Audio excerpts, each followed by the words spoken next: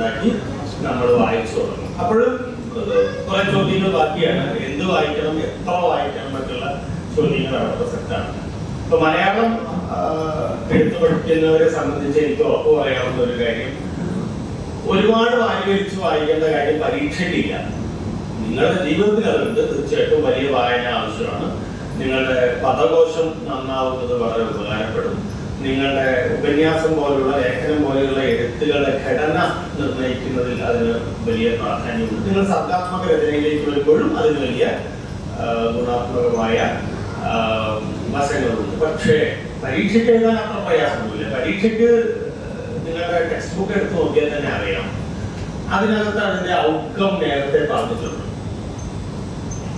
Outcome based ആയിട്ടുള്ള ഒരു എഡ്യൂക്കേഷനിലേക്കാണ് നമ്മളിപ്പോൾ വരുന്നത്. അത് ശ്രീനാരായണ യൂണിവേഴ്സിറ്റി നേരത്തെ എത്തി. ഇനിയിപ്പോൾ അടുത്ത വർഷം മുതൽ കാലിക്കറ്റ് യൂണിവേഴ്സിറ്റി അടക്കമുള്ള കേരളത്തിലെ എല്ലാ യൂണിവേഴ്സിറ്റികളും എല്ലാ കോഴ്സുകളും OBE എന്ന് പറയുന്ന ഔട്ട്കം ബേസ്ഡ് എഡ്യൂക്കേഷൻ എന്ന് പറയുന്ന സിസ്റ്റത്തിലേക്ക് വരികയാണ്. എന്ന് വെച്ചാൽ നിങ്ങൾ എന്താണ് നേടേണ്ടത് എന്ന് ആദ്യമേ പറഞ്ഞിരിക്കും. നമ്മുടെ കുട്ടിയെ ഓട്ട മത്സരത്തിന് തയ്യാറെടുക്കുന്ന സമയത്ത് നമ്മളൊരു ട്രെയിനറെ കണ്ടുപിടിച്ച് അയാൾക്ക് കൊണ്ടുപോയി ഏൽപ്പിക്കുന്നു അല്ലെ. അതിരാവിലെ നമ്മൾ ചെന്ന് കുട്ടിയെ ഏൽപ്പിക്കുന്നു, 1-2 മണിക്കൂർ കുട്ടിക്ക് പ്രാക്ടീസ് കൊടുക്കുന്നു, തിരിച്ചു കൊണ്ടുവരുന്നു. ഇങ്ങനെ ചെയ്യുമ്പോൾ നമുക്കൊരു ലക്ഷ്യം ആദ്യമുണ്ട്. എന്താണ് ലക്ഷ്യം? ആ കുട്ടി ഓട്ട മത്സരത്തിൽ ജയിക്കാൻ വേണ്ടിയാണ് നമ്മൾ കൊണ്ടുപോകുന്നത്. ഓട്ട മത്സരത്തിൽ ഏത് മത്സരം എന്ന് ഒരു പക്ഷേ പ്രാക്ടീസ് തുടങ്ങി ആദ്യ ദിവസങ്ങളിൽ തന്നെ നമ്മൾ തീരുമാനിക്കും. ഈ കുട്ടിക്ക് അതിവേഗ ഓട്ടത്തിലാണ് പ്രാഗൽഭ്യമുള്ളത്, അതല്ല ദീർഘദൂര ഓട്ടത്തിലാണ്. ഇത് തീരുമാനിച്ചു കഴിഞ്ഞാൽ പിന്നെ നമ്മുടെ ലക്ഷ്യം 100 മീറ്റർ നമ്മൾ തീരുമാനിച്ചാൽ 100 മീറ്ററിൽ സ്വർണം നേടുക, 100 മീറ്ററിൽ ഇത്ര സമയത്തിനുള്ളിൽ ഓടുക. അപ്പൊ ഔട്ട്കം ആദ്യമേ തീരുമാനിച്ചു കഴിഞ്ഞു. നമ്മുടെ എല്ലാ പ്രവർത്തനങ്ങളിലും ഈ ഔട്ട്കം ആദ്യമേ തീരുമാനിക്കലുണ്ട്. നമ്മൾ ഉച്ചയ്ക്ക് ഭക്ഷണം കഴിക്കണം എന്ന് പറഞ്ഞാൽ ആദ്യം എന്താ ചെയ്യാം? അതിന്റെ ഔട്ട്കം തീരുമാനിക്കും. ഇന്ന് വേണ്ടത് എന്തൊക്കെയാണ് തീരുമാനിക്കും. ചോറ്, ഇന്ന കറി അല്ലെ, ഇങ്ങനെ ഒരു പിന്നെ ചമ്മന്തിയാവാം, ഇങ്ങനെ മീൻ വറക്കാം എന്നിങ്ങനെ നമ്മൾ ഒരു ഭക്ഷണത്തിന്റെ ഔട്ട്കം തീരുമാനിച്ച് ആ പ്രവർത്തനങ്ങളിലേക്ക് പോകും. അതല്ലാതെ നമ്മൾ കയ്യിൽ നിൽക്കുന്ന എന്തൊക്കെയോ സാധനങ്ങൾ എടുത്തിട്ട് അടുപ്പിലേക്കോ വെള്ളത്തിലേക്കോ പാത്രത്തിലേക്കോ ഇടുകയും അതെന്തായി തീരുന്നുവോ അത് കഴിക്കുകയല്ല ചെയ്യുന്നത്. ഇത്രയും കാലത്തെ വിദ്യാഭ്യാസം അങ്ങനെ അതെന്തായി തീരുന്നുവോ അത് പിന്നെ പരിശോധിക്കുകയും അതിനൊരു മാർക്കിടുകയും ആ കുട്ടി ജയിച്ചോ തൊട്ടോ എന്ന് പറയുകയും ചെയ്യും. പക്ഷെ ഇനി അങ്ങനെയല്ല. ഇനി കൃത്യമായി പറയുന്നു നിങ്ങൾ എന്ത് ഈ സിലബസിനകത്തുനിന്ന് കണ്ടെത്തണം. ഇപ്പൊ നമ്മുടെ ടെസ്റ്റിലെല്ലാം തന്നെ ഔട്ട്കം ഉണ്ട്. ആ ഔട്ട്കം ആയിരിക്കും നിങ്ങളുടെ ചോദ്യത്തിന്റെ കീവേഡ് എന്ന കാര്യം ആദ്യമേ മനസ്സിലാക്കുക. ഔട്ട്കം എന്താണ് എന്ന് അറിയാനാണ് നിങ്ങൾക്കുള്ള ചോദ്യങ്ങൾ തയ്യാറാക്കുക. അത്രയുമേ പഠിക്കേണ്ടതുള്ളൂ. അതിൽ പുറത്തുള്ള കാര്യങ്ങളെ കുറിച്ച് ടെൻഷൻ അടിക്കേണ്ട. അത് വളരെ ശ്രദ്ധാപൂർവ്വം പഠിക്കുക എന്നും അതിനു വേണ്ടി നിങ്ങൾ ഉപയോഗിക്കുന്ന മെറ്റീരിയലാണ് അടുത്ത നിങ്ങളുടെ ഒരു പ്രധാനപ്പെട്ട കാര്യം. നിങ്ങൾക്കൊരു ലേണിംഗ് സപ്പോർട്ട് സെന്റർ ഉണ്ട്, അവിടെ ലൈബ്രറി ഉണ്ട്. പക്ഷെ നോക്കൂ, നിങ്ങൾക്ക് പഠിക്കാനുള്ള ഒരു കാര്യത്തെ കുറിച്ച് ഒരൊറ്റ പുസ്തകമല്ല ലൈബ്രറിയിലുള്ളത്, അനവധി പുസ്തകങ്ങളുണ്ട്. അതിൽ ഏത് പുസ്തകമാണ് നിങ്ങൾ എടുക്കുന്നത്, അല്ലെങ്കിൽ ഏതേത് പുസ്തകങ്ങളാണ് നിങ്ങൾ എടുക്കുന്നത് എന്നത് വളരെ പ്രധാനമാണ്. നിങ്ങൾ എല്ലാവരും ഡിസ്റ്റന്റ് എഡ്യൂക്കേഷന്റെ ഒരു നോട്ടാണ് ഉപയോഗിക്കുന്നത് എഴുതുക. സാമാന്യമായിട്ട് എല്ലാവരും ചെയ്തുകൊണ്ടിരിക്കുന്ന കാര്യം അതാണ്. നമ്മൾ പഠിപ്പിച്ചുകൊണ്ടിരിക്കുന്ന റെഗുലർ കുട്ടികൾ വരെ ചെയ്തുകൊണ്ടിരിക്കുന്ന ഒരു കാര്യം അതാണ്. അവര് പരീക്ഷ ആവാറാകുമ്പോഴേക്കും അവരുടെ പേപ്പറിന്റെ ഡിസ്റ്റന്റ് എഡ്യൂക്കേഷന്റെ PDF നോട്ട് അവൈലബിൾ ആണ്, സൈറ്റിലുണ്ട്. ഏത് വിഷയത്തിൽ മിക്കവാറും കാലിക്കറ്റ് യൂണിവേഴ്സിറ്റി ഇത്ര കാലമായിട്ട് മലയാളത്തിൽ പഠിപ്പിച്ചുകൊണ്ടിരുന്ന എല്ലാ പേപ്പറിന്റെയും ഡിസ്റ്റന്റ് PDF ഉണ്ട്. അത് ഡൗൺലോഡ് ചെയ്യുന്നു, വായിക്കുന്നു, പരീക്ഷ എഴുതുന്നു. അങ്ങനെ വരുമ്പോ വരുന്ന ഒരു അപകടം എന്താണ്? അങ്ങനെ വരുമ്പോ ഉണ്ടാകുന്ന ഒരു അപകടം, അതിനകത്ത് എന്തെങ്കിലും മണ്ടത്തരം ഉണ്ടെങ്കിൽ അതേപോലെ പേപ്പറിൽ വരും എന്നുള്ളത് പോട്ടെ, അത് വളരെ പ്രധാനപ്പെട്ടതാണെങ്കിൽ ഞാനത് മാറ്റിയിരിക്കുന്നു. ഏറ്റവും വലിയ അപകടം, നിങ്ങൾ 20 പേർ ഒരു പരീക്ഷ എഴുതിയാൽ 20 പേരുടെയും ഉത്തരങ്ങൾ തമ്മിൽ വലിയ സാമ്യത ഉണ്ടാവും. 20 പേരുടെയും ഉത്തരങ്ങൾ ഏതാണ്ട് ഒരുപോലെ ആയിരിക്കും. എന്താ നമ്മുടെ ശബ്ദം ഒരുപോലെ എന്ന് ഏതോ സിനിമയിലെ തമാശ പറയുന്നത് പോലെ മിക്കവാറും 20 ഉത്തരങ്ങൾ സമാനമായി തുടങ്ങുകയും സമാന വിഹിതങ്ങളിലൂടെ മുന്നോട്ട് പോവുകയും സമാനമായി അവസാനിക്കുകയും ചെയ്യും. നിങ്ങളുടെ മാർക്ക് നിങ്ങൾ ആരും തോറ്റു പോകുന്നില്ല. ശരാശരി മാർക്ക് എല്ലാവർക്കും കിട്ടും. എല്ലാവർക്കും ശരാശരി മാർക്കേ കിട്ടും. അതാണ് പ്രശ്നം. അപ്പൊ എന്റെ ഉത്തരം വേറിട്ടാവണം എന്ന് ഞാൻ തീരുമാനിക്കുന്നിടത്താണ് മലയാള പരീക്ഷകളിൽ മിക്കവാറും നിങ്ങൾക്ക് നല്ല മാർക്ക് എന്നൊരു ആശയം രൂപപ്പെട്ടു. എന്റെ ഉത്തരം എന്റേത് മാത്രമായിരിക്കണം. ഈ ഉത്തരം എഴുതുന്ന ഒരാളും ഈ കോളിൽ ഉണ്ടാവാൻ പാടില്ല. അതെങ്ങനെയാണ് ഉറപ്പിക്കുക? വളരെ എളുപ്പത്തിൽ ഉറപ്പിക്കാം. നിങ്ങൾ എല്ലാവരും ഉപയോഗിക്കുന്ന സ്റ്റഡി മെറ്റീരിയലുകൾ ഉപയോഗിക്കരുത്. വേണമെങ്കിൽ നിങ്ങൾക്കൊരു സംശയം തീർക്കാൻ ഉപയോഗിക്കാം. പക്ഷെ അതിനപ്പുറത്തുള്ള ഒന്നോ രണ്ടോ പുസ്തകങ്ങളെങ്കിലും മിനിമം നിങ്ങൾ കാണുകയും വായിക്കുകയും വേണം. അവയിൽ നിന്ന് കോട്ടിങ്ങുകൾ ഉത്തരത്തിൽ ഇപ്പൊ ബെന്യാമിന്റെ ആടുജീവിതത്തെ കുറിച്ച് ഒരു എസ്സേ എഴുതാൻ പറഞ്ഞാൽ നിങ്ങൾക്ക് എസ്സേ എങ്ങനെ ആരംഭിക്കാം? അനവധി മാർഗങ്ങളുണ്ടല്ലേ. ഇവിടെ 25 പേരോ 30 പേരോ ഉണ്ടെങ്കിൽ 30 പേർക്കും 30 സെന്റൻസിൽ ആ എസ്സേ ആരംഭിക്കാം. മിക്കവാറും 30 പേര് 30 സെന്റൻസിലായിരിക്കുമല്ലോ ആരംഭിക്കുക. ആരും ഒരുപോലെ എഴുതില്ല. പക്ഷെ ഞാൻ നേരത്തെ പറഞ്ഞ ഡിസ്റ്റന്റിന്റെ ഒരു നോട്ട് നിങ്ങൾക്ക് 30 പേർക്കും തന്നിട്ടുണ്ടെങ്കിൽ നിങ്ങളുടെ 30 പേരുടെയും തുടക്കമോ ഒടുക്കോ വാചകങ്ങൾ വ്യത്യാസമാണെങ്കിലും ആശയങ്ങൾ ഒന്നായിരിക്കും. പക്ഷെ നിങ്ങൾക്ക് എങ്ങനെ വേണമെങ്കിൽ ഗോഡ് ലൈഫ് പോലെ ഒരു വർക്കിന്റെ അല്ലെങ്കിൽ പിന്നെ മറ്റേതെങ്കിലും ഒരു വർക്കിന്റെ അല്ലെങ്കിൽ ബ്രസീലിന്റെ സിനിമയുടെ ബ്രസീലിന്റെ തിരക്കഥയുടെ ഒരു വായനക്കാരന്റെ ഒരു നിരൂപകന്റെ ഒക്കെ ഒരു പരാമർശത്തോടു കൂടി കോട്ടിങ്ങോട് കൂടി വേണമെങ്കിൽ നിങ്ങൾക്ക് ആ എസ്സേ ആരംഭിക്കാം. അങ്ങനെ ആരംഭിക്കുമ്പോൾ നമ്മുടേത് മാത്രമായ ഒരു ഉത്തരം അവിടെ ഉണ്ടായിരുന്നു. നമ്മുടേത് മാത്രമായ ഒരു ഉത്തരം ഉണ്ടാകും. നിങ്ങൾക്ക് സംശയമൊന്നും വേണ്ട. നിങ്ങളുടെ ഉത്തര പേപ്പർ അതിസൂക്ഷ്മമായി വായിക്കുന്ന ഒരു മാഷും ഇന്ന് ജീവിച്ചിരുന്നില്ല. അതിവേഗത്തിൽ നിങ്ങളുടെ ഉത്തര പേപ്പറുകളെ ഒന്ന് ഓടിച്ചു വായിച്ചു പോകുന്ന മാഷന്മാർ മാത്രമേ ഇന്ന് നമ്മുടെ വിദ്യാഭ്യാസ സമ്പ്രദായത്തിനുള്ളൂ. അതിനിടയിൽ 100 ഒരാളുണ്ടാവാം ചിലപ്പോൾ മുഴുവനായിട്ട് വായിക്കുന്ന. അങ്ങനെ ഒരാളെ മാത്രം ഉദ്ദേശിച്ച് മുന്നോട്ട് പോകേണ്ടതില്ല. കാരണം അത് വളരെ അപൂർവമായി 1-2 പേർ മാത്രമാണ്. ബാക്കി എല്ലാവരും തന്നെ ഉത്തര പേപ്പറിന് വാല്യൂ ചെയ്യുന്നത് ഒരു എസ്സേ ആണെങ്കിൽ അത് അതിന്റെ ആദ്യത്തെ പാരഗ്രാഫ് ഒന്ന് വായിക്കും. ആ ആദ്യത്തെ പാരഗ്രാഫിൽ നിന്നും അവർക്ക് വ്യക്തമായ ധാരണ കിട്ടും ഈ കുട്ടിക്ക് ഈ എസ്സേ എഴുതാനുള്ള ശേഷി ഉണ്ടോ, ഉണ്ടെങ്കിൽ എത്ര. അപ്പൊ അതുകൊണ്ട് നിങ്ങൾ എഴുതുന്നവർ ആദ്യം ചിന്തിക്കേണ്ട കാര്യം നിങ്ങളുടെ തുടക്കം ഏറ്റവും മികച്ചതാക്കുക എന്നത് വളരെ പ്രധാനമാണ്. ആ ഇംപ്രഷനിലാണ് പിന്നീട് അയാൾ നോക്കാൻ പോകുന്നത് എത്ര ദൈർഘ്യത്തിൽ ഈ ഉത്തരം എഴുതിയിട്ടാണ്. പിന്നെ വായിക്കാനല്ല പോകുന്നത്. 3 പുറത്താണെങ്കിൽ പിന്നെ മുമ്പിൽ 3 പുറമുണ്ടോ. പിന്നെ പുള്ളി ആ 3ാമത്തെ പുറത്തിൽ അവസാനിപ്പിച്ച പാരഗ്രാഫ് എങ്ങനെയെന്നാണ് പറയുന്നത്. ഇതിന്റെ ഇടയിൽ നിങ്ങൾ പരസ്പരത്തിലെ കഥ എഴുതി വെച്ചാലും അയാൾ അത് കാണില്ല എന്നർത്ഥം. ഞാനിതിങ്ങനെ പറഞ്ഞുകൂടാത്തതാണ്. പക്ഷെ പറയുന്നത് എന്തുകൊണ്ട് വെച്ചാൽ നിങ്ങളൊക്കെ ഈ വിദ്യാഭ്യാസ സമ്പ്രദായത്തിൽ പലതരത്തിൽ പൊള്ളലേറ്റ് പുറത്തുപോയ ആളുകളും പിന്നീട് അത് ഇതുവരെ മാറിയിട്ട് തിരിച്ചു വന്ന ആളുകളൊക്കെയാണ്. ഈ നിങ്ങളെ പൊള്ളിപ്പിക്കാൻ മനസ്സില്ലാത്തതുകൊണ്ടാണ് നിങ്ങൾ തന്നെ പറയുന്നത്. ഇതിനെ മറികടക്കാൻ പറ്റുന്നതായിരിക്കണം നിങ്ങളുടെ എഴുത്ത്. അപ്പൊ ആദ്യത്തെ പാരഗ്രാഫിൽ തന്നെ നിങ്ങളുടെ ഉത്തരത്തിലേക്ക് ആ അധ്യാപികയെ വലിച്ചിടുന്ന വായിപ്പിക്കുന്ന ഒരു കണ്ടന്റ് ഉണ്ടായിരിക്കുക. അതിന്റെ ഘടന അങ്ങനെയായിരിക്കുക. നല്ല ഭാഷ ഉപയോഗിക്കുക എന്ന് വളരെ പ്രധാനമാണ്. ഏറ്റവും ഒടുവിൽ നിങ്ങൾ പറഞ്ഞു വന്നതിനെ വളരെ മനോഹരമായി അവസാനിപ്പിക്കുക, കൺക്ലൂഡ് ചെയ്യുക എന്നത് വളരെ വളരെ പ്രധാനമാണ്. ഇത് രണ്ടും പാലിക്കുകയും ഈ 3 പുറം എന്ന് പറയുന്നത് 3 പുറം നിങ്ങൾ ഉപയോഗിക്കുകയും ചെയ്താൽ നിങ്ങൾക്ക് 90% മാർക്ക് വരെ ആ പേപ്പർ ആ ചോദ്യത്തിൻ്റെത് കരസ്ഥമാക്കാൻ കഴിയും. ഇതിൽ ഏത് വീഴ്ച വന്നാലും നിങ്ങളുടെ മാർക്ക് കുറയും. ചില മിക്കവാറും പറയുന്ന പരാതി എനിക്ക് സമയം കിട്ടിയില്ല. സമയം എവിടെ പോയി? എല്ലാവർക്കും കിട്ടിയ സമയം തന്നെയാണ് എനിക്കും കിട്ടിയത്. 3 മണിക്കൂറാണെങ്കിൽ 3 മണിക്കൂർ തന്നെ. പിന്നെ എന്റെ സമയം മാത്രം അവിടെ പോയി. അത് പോയൊരു സ്ഥലമുണ്ട്. അത് കണ്ടുപിടിക്കണം. എങ്ങനെയാണ് 2 മാർക്കിന്റെ ഉത്തരവും 4 മാർക്കിന്റെ ഉത്തരവും 8 മാർക്കിന്റെ ഉത്തരവും എഴുതാൻ സവിശേഷമായ സമയം നമ്മൾ തന്നെ കണക്കാക്കണം. 2 മാർക്കിന്റെ ഉത്തരം കണ്ടു, ചോദ്യം കണ്ടു, വളരെ എളുപ്പമുള്ള ചോദ്യമാണ്, നമുക്ക് അറിയാവുന്ന ചോദ്യമാണ്, വലിച്ചു വാരി എഴുതുന്നുണ്ട്. നിങ്ങളിപ്പോൾ അത് 3 പുറം എഴുതി വെച്ചിട്ടുണ്ട് എഴുതുക. എന്നാലും 2 മാർക്കേ തരാൻ പറ്റും. 4 സെന്റൻസ് അത് ചോദിക്കുന്ന ആൾ ഉദ്ദേശിച്ചിട്ടുള്ളൂ. അതിന് പകരമാണ് 3 കുറവ് എഴുതി വെച്ചത്. ബാക്കി 2.25 പുറം എഴുതിയ സമയം നിങ്ങളുടെ മറ്റ് ഉത്തരങ്ങൾ എഴുതാനുള്ള സമയമാണ് കളഞ്ഞത്. അതിലൊരിക്കലും എന്തില്ല, പരിഹാരമില്ല. നിങ്ങളുടെ സമയം കൊടുക്കാം. കൃത്യമായ ഒരു ചോദ്യപേപ്പർ കണ്ടാൽ എത്ര മാർക്ക്, എത്ര സമയം, എത്ര ചോദ്യങ്ങൾ, ആദ്യത്തെ ഒരു 2 മിനിറ്റ് എടുത്തിട്ട് നിങ്ങൾ അതിനു വേണ്ടി ഒരു ടൈം മാനേജ്മെന്റ് നടത്തിയാലും യാതൊരു അപകടവും വരില്ല.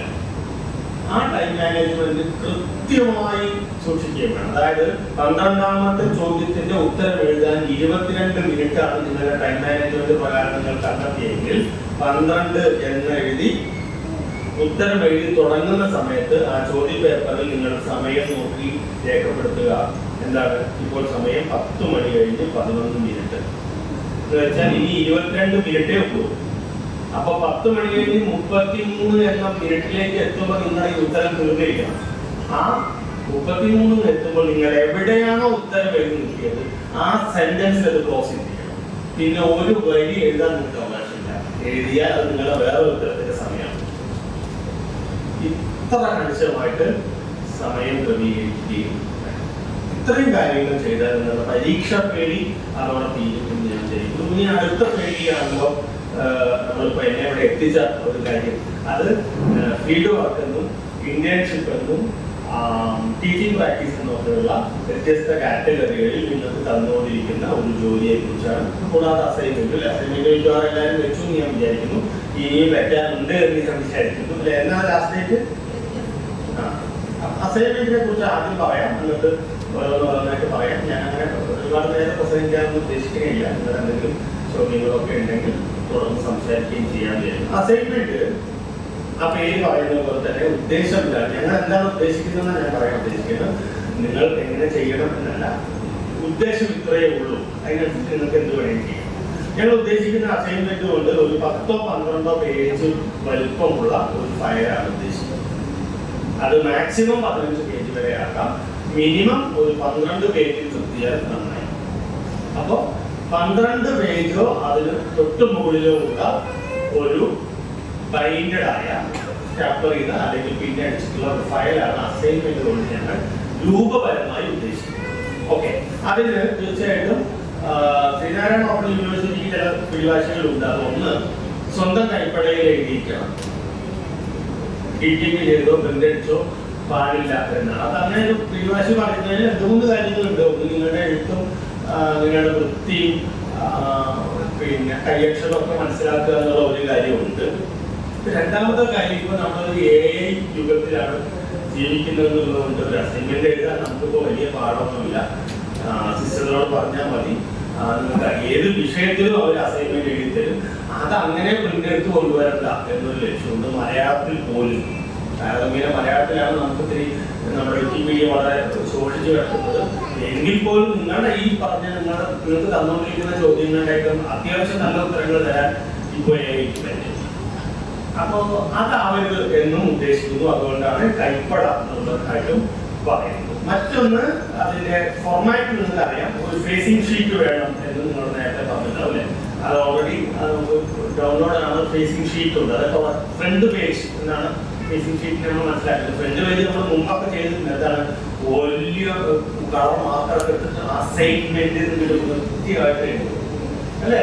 എത്ര സമയം എടുക്കും അസൈൻമെന്റ് എഴുതാൻ? പിന്നെ ഒരു ബോർഡറൊക്കെ കൊടുത്ത് മൈലാഞ്ചി ഇടുന്ന പോലെ ചില സാധനങ്ങളൊക്കെ വരച്ച് വലിയ വിഡിത്തമാണ് അന്നും ചെയ്യുന്നത്, ഇനിയും ചെയ്യാൻ പോകുന്നത് അങ്ങനെ ചെയ്യുന്നത്. കാരണം അസൈൻമെന്റ് എന്നതൊരു ടൈറ്റിലേ അല്ല. അസൈൻമെന്റ് എന്ന് പറഞ്ഞാൽ ഒരു അസൈൻഡ് വർക്ക് എന്നേ അർത്ഥമുള്ളൂ.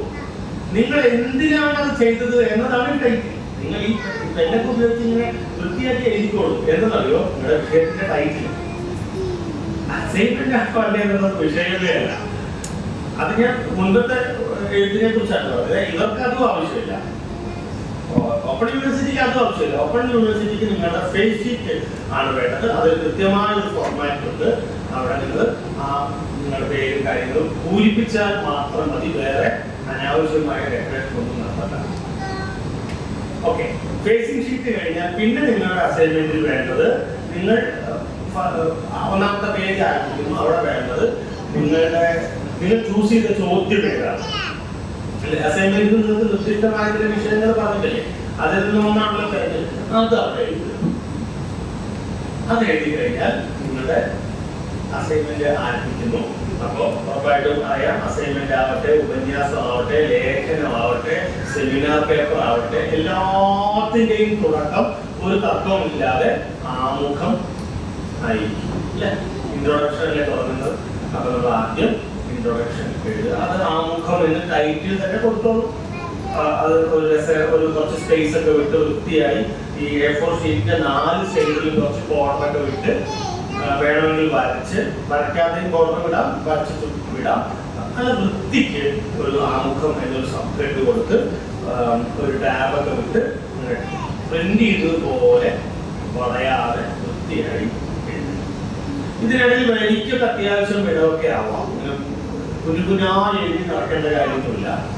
ഒരു 1.5 വരി വിടവ് വിട്ടാൽ പോലും അപകടമൊന്നുമില്ല. ചെറിയ കൈവശത്തിലൊക്കെ എഴുതുന്നവരാണെങ്കിൽ അങ്ങനെ വിടുന്നതായിട്ട് നല്ല ഭംഗിയുണ്ടാവും കാണാൻ. അതല്ല അത്യാവശ്യം വലിയ അക്ഷരമാണെങ്കിൽ ഓക്കെ, അതിനനുസരിച്ച് നിങ്ങളുടെ കൈവശത്തിന്റെ സ്വഭാവം അനുസരിച്ച് ആമുഖം എഴുതും. ആമുഖം എഴുതി കഴിഞ്ഞാൽ അതെന്താണ് നമ്മൾ പറയാൻ പോകുന്ന വിഷയത്തിലേക്കുള്ള ഒരു പ്രവേശനം. ആമുഖം എഴുതി കഴിഞ്ഞാൽ പിന്നെ അതിലേക്ക് പ്രവേശിക്കുകയായി. അതിനെ പറയുന്ന പേര് പ്രബന്ധ ശരീരം എന്നാണ്. ഇനി അങ്ങോട്ടുള്ള പിന്നെ ആ ടെക്സ്റ്റ് ഏരിയ നമ്മുടെ വിഷയം കൈകാര്യം ചെയ്യുന്ന ഏരിയയിൽ പറയുന്ന പേര് പ്രബന്ധ ശരീരമാണ്. ഈ പ്രബന്ധ ശരീരത്തിലേക്ക് കിടക്കുക. അത് പരമാവധി പാരഗ്രാഫുകളായിട്ട് എഴുതാൻ ശ്രമിക്കുക. നമുക്ക് തീരെ ശീലമില്ലാത്ത ഒരു കാര്യം, നിങ്ങൾ ഉത്തര പേപ്പറിൽ എസ്സേ എഴുതുമ്പോഴൊക്കെ നിങ്ങൾക്ക് അബദ്ധം പറ്റാനുള്ള ഒരു കാര്യം, പാരഗ്രാഫായിട്ട് ഇരിക്കില്ല, അങ്ങോട്ട് തുടങ്ങിയ ഒരു പോക്കാണ്. അങ്ങനെയല്ല, നിങ്ങൾ പറയാൻ പോകുന്നത് എന്താണോ ആ കാര്യം പറഞ്ഞു കഴിഞ്ഞാൽ അത് പറഞ്ഞ് അവസാനിപ്പിച്ചാൽ ആ പാരഗ്രാഫ് അവിടെ അവസാനിപ്പിക്കുക, അടുത്ത പാരഗ്രാഫ് തുടങ്ങും. പാരഗ്രാഫ് തിരിക്കുന്നതുകൊണ്ട് ഒരുപാട് കാര്യങ്ങളുണ്ട്. ഒന്ന്, പരമപ്രധാനമായ കാര്യം വൃത്തി. പാരഗ്രാഫ് തിരിച്ചു എഴുതുന്നത് കാണുമ്പോൾ തന്നെ ഒരു വൃത്തിയാണ്. രണ്ട്, നിങ്ങൾക്ക് കുറെ സ്പേസിൽ ആരംഭിക്കാൻ പറ്റുകയാണ്. ഒരുപാട് ഡാറ്റ ഇല്ലാതെ തന്നെ കുറെ എഴുതിയതായിട്ട് തോന്നിപ്പിക്കാൻ ഈ പാരഗ്രാഫ് ഗുണം ചെയ്യും. കാരണം പാരഗ്രാഫ് തുടങ്ങുന്നതിന് ഒരു കുറച്ച് ഭാഗം വിട്ടിട്ടാണ്.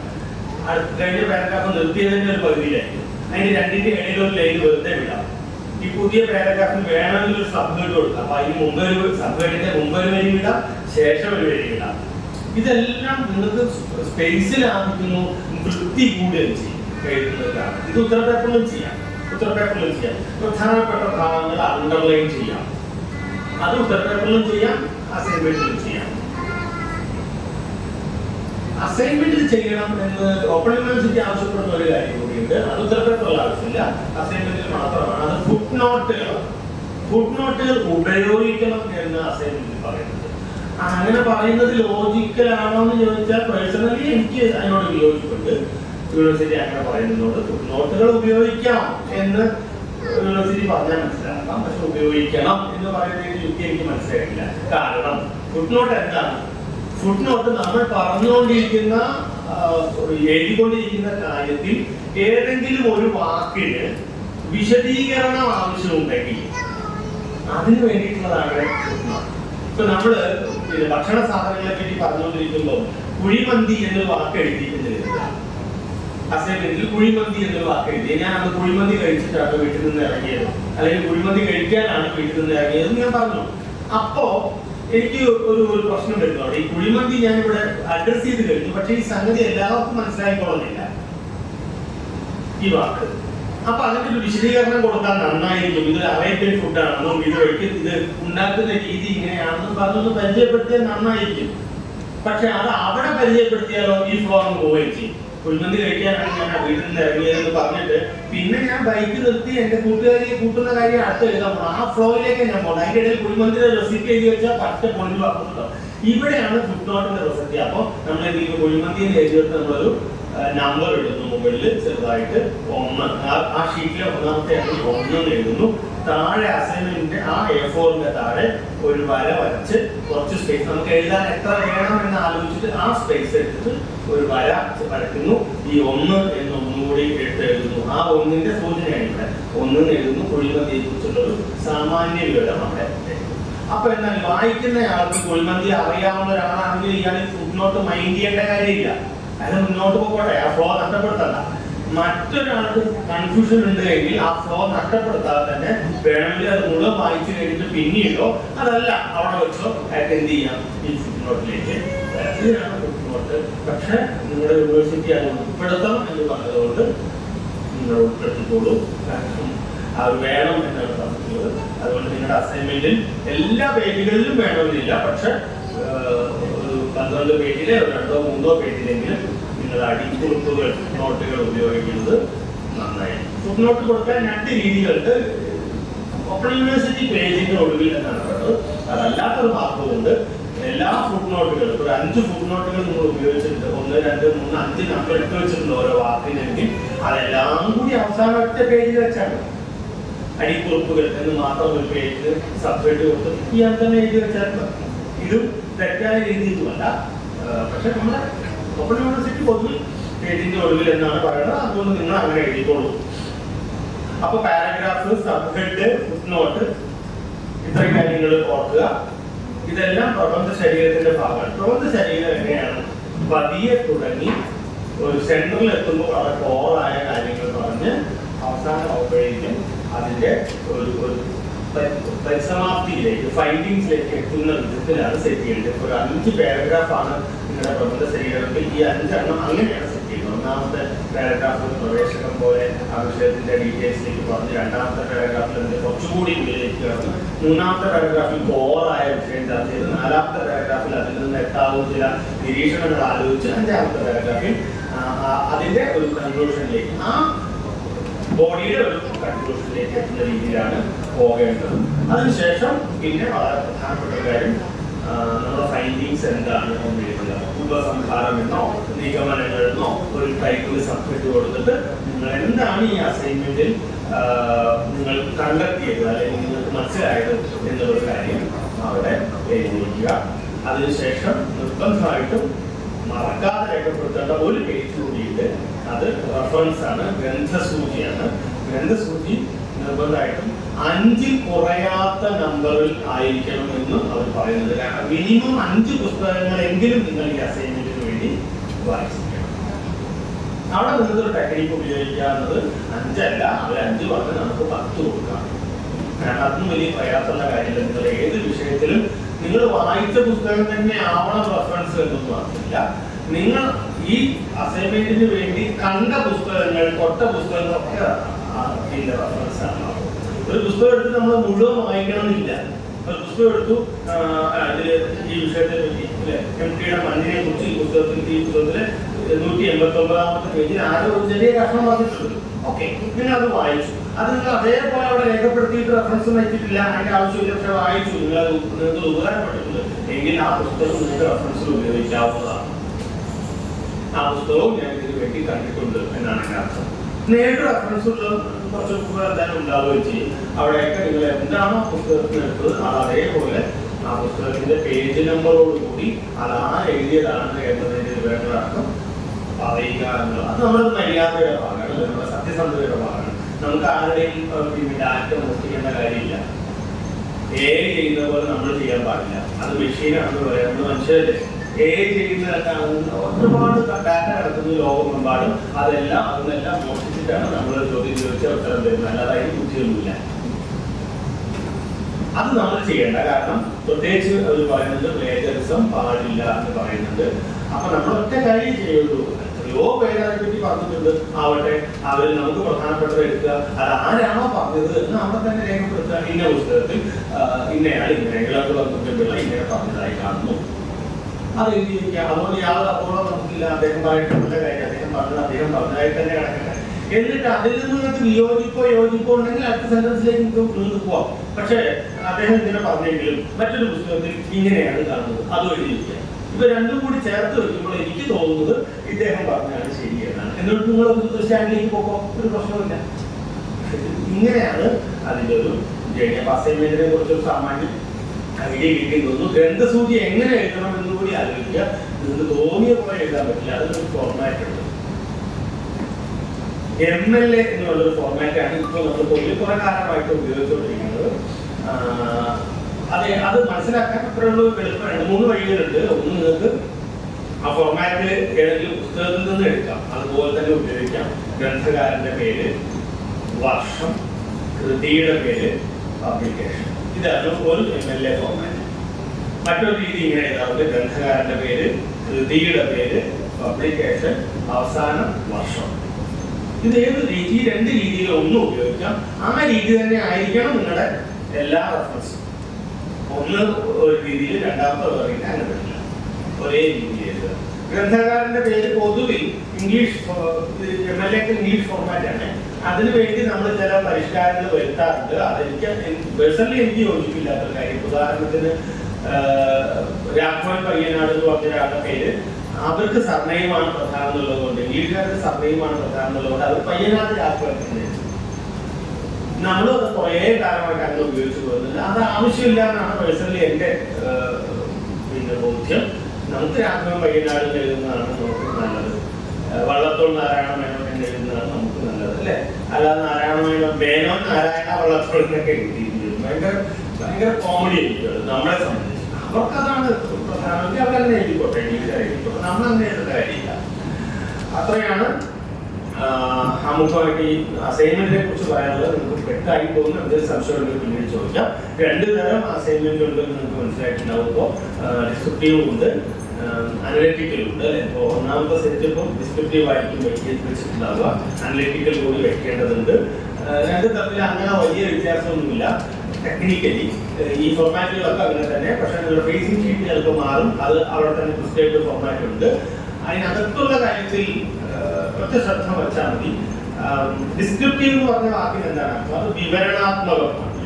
ഒരു വിഷയത്തെ മുൻനിർത്തി അതിൽ കിട്ടാവുന്ന ഡാറ്റകളെല്ലാം ശേഖരിച്ച് വിവരിച്ച് വെക്കുന്ന രീതിയിലാണ് അത് സെറ്റ് ചെയ്തിട്ടുള്ളത്. അപ്പോ ഉറൂബിന്റെ സ്ത്രീ കഥാപാത്രങ്ങൾ എന്നൊരു വിഷയം നമുക്ക് എടുത്താൽ അതിനെ വിവരണാത്മകമാക്കി മതി. ഉമ്മാച്ചൂരിനെ പറ്റി പറഞ്ഞുകൊണ്ട്, രാജ്യത്തെ പറ്റി പറഞ്ഞുകൊണ്ട് അതിനെ വിശദീകരിച്ചാൽ മാത്രം മതിയാവും ഡിസ്ക്രിപ്റ്റീവ്. പക്ഷെ അനലിറ്റിക്കൽ ആകുമ്പോൾ അത് അപഗ്രഥനാത്മകമാണ്. അതേ വിഷയം നമുക്ക് അനലിറ്റിക്കൽ ആവാം. എങ്ങനെ? അവിടെ എന്താണ് ഉമ്മാച്ചുവും രാജ്യമ്മയും തമ്മിലുള്ള ബന്ധം, എന്താണ് ഇവ തമ്മിലുള്ള വൈരുദ്ധ്യം എന്ന് നമ്മൾ അപഗ്രഥിക്കാൻ പോകും. ഇത് രണ്ടും ചേർത്ത് വെച്ച് എങ്ങനെ ഒരു സ്ത്രീ സ്വത്വത്തെ നിർമ്മിക്കാനാവും? നമ്മുടെ വർത്തമാനകാലത്തോ ആ നോവലുകൾ വന്ന സമയത്തോ കഥ വന്ന സമയത്തോ ഉള്ള ഒരു സ്ത്രീ സ്വത്വത്തെ എങ്ങനെയാണ് ഉറൂബ് സവിശേഷമായിട്ട് ഡിഫൈൻ ചെയ്യാൻ കഴിയുന്നത്? ഇതിനെ കുറിച്ച് നമ്മൾ കൂടുതൽ ആഴത്തിലേക്ക് പോകുന്നു എന്നതാണ് അനലിറ്റിക്കൽ കൊണ്ടുള്ള ഒരു ലക്ഷ്യം. മലയാളത്തിൽ നമ്മുടെ സയൻസിലൊക്കെ ഇത് സവിശേഷമായ വ്യത്യാസമായിട്ടുള്ള രീതികളാണ്. സയൻസിൽ ഈ രണ്ട് മെത്തേഡിലും രണ്ട് തരം അസൈൻമെന്റ് ആയിരിക്കണം. പക്ഷെ മലയാളത്തിൽ അനലിറ്റിക്കൽ കൊണ്ട് ഇത്രയൊക്കെ ഉദ്ദേശിക്കുന്നുള്ളൂ എന്ന് പറയാനായിട്ട്. ഇനി നമുക്ക് പറയാനുള്ളത് ടീച്ചിങ് പ്രാക്ടീസിനെ പറ്റി വിശദമായിട്ട് പറയേണ്ടതില്ല എന്ന് തോന്നുന്നു. കാരണം അത് നമ്മുടെ BEdന്റെ കൂടെ ഉണ്ടായിരുന്ന ഒരു പാറ്റേണിൽ പിന്നെ പറയുന്ന ഒരു കാര്യമാണ്. ആകെ ഒരു 20 ക്ലാസ് എടുക്കുക എന്നാണ് ആവശ്യപ്പെടുന്നത്. അത് ഏത് അംഗീകൃത കോളേജിലും ആവാം, പിന്നെ യൂണിവേഴ്സിറ്റിയുടെ അഫിലിയേഷനുള്ള ഏത് കോളേജിലും, അതായത് എയ്ഡഡ് കോളേജ് ആയാലും കുഴപ്പമില്ല, ഈ കോപ്പറേറ്റീവ് കോളേജുകളായാലും കുഴപ്പമില്ല. അവിടെ ചെല്ലുക, നിങ്ങൾ വിവരം പറയുക, യൂണിവേഴ്സിറ്റിയുടെ പ്രിസ്ക്രൈബ്ഡ് ഫോർമാറ്റിൽ കിട്ടും. നിങ്ങളുടെ എല്ലാ പിന്നെ ലേണിംഗ് സപ്പോർട്ടിംഗ് സെന്ററിൽ നിങ്ങൾക്ക് അതിനുള്ള പേപ്പർ തരും. അതുകൊണ്ട് പോയി അവരെ കാണിക്കുക. അവിടുത്തെ HODയുടെ പെർമിഷൻ എടുക്കുക. HOD നിങ്ങൾക്ക് ഒരു വർക്ക് ലോഡ് അസൈൻ ചെയ്യും, ഒരു ടൈം ടേബിൾ ഉണ്ടാക്കി തരും. 20 ക്ലാസ്സിന് വേണ്ടുന്ന ഒരു വർക്ക് ലോഡ് ഉണ്ടാക്കി തരും. ആ വർക്ക് ലോഡിന്റെ പിന്നെ കോപ്പി നമുക്ക് ആവശ്യമുണ്ട്. HOD ഒപ്പിട്ടത് അതിൽ ആ പറഞ്ഞ അവിടെ ക്ലാസ് എടുക്കുക. പിന്നെ അത് HODയുടെ കയ്യിൽ നിന്ന് തന്നെ ആ ക്ലാസ്സുകൾ ഇയാൾ എടുത്തു എന്നും നന്നായി എടുത്തു എന്നും നമ്മുടെ സ്വഭാവം ആ 20 ക്ലാസ് എടുക്കുന്ന സമയത്ത് ആ ക്യാമ്പസിൽ ഉണ്ടായിരുന്ന സമയത്ത് നമ്മൾ മറ്റൊന്നും കാണിച്ചിട്ടില്ല എന്നും തെളിയിക്കുന്ന നമ്മുടെ കോൺടാക്ട് അവിടെ എടുക്കുന്നു. ഒപ്പം ഒരു കാര്യം കൂടി അതിനകത്ത് പറയുന്നുണ്ട്. പ്രധാനപ്പെട്ട ഒരു കാര്യം, നമ്മൾ ക്ലാസ് എടുത്ത കുട്ടികളുടെ ഒരു ഫീഡ്ബാക്ക് കൂടി ആവശ്യപ്പെടുന്നു.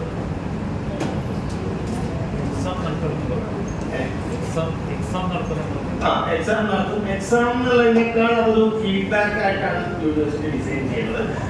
എക്സാം നടത്തണം വേണ്ടത് വാസ്തവത്തിൽ അവിടുത്തെ HODയാണ് അതിൻ്റെ ഒരു ഡിസിഷൻ എടുക്കുക. HODയുടെ സാക്ഷ്യപത്രമാണ് നമുക്ക് വേണ്ടത്. ഈ പിന്നെ ഫീഡ്ബാക്കും HODയാണ് സാക്ഷ്യപ്പെടുത്തുന്നത്.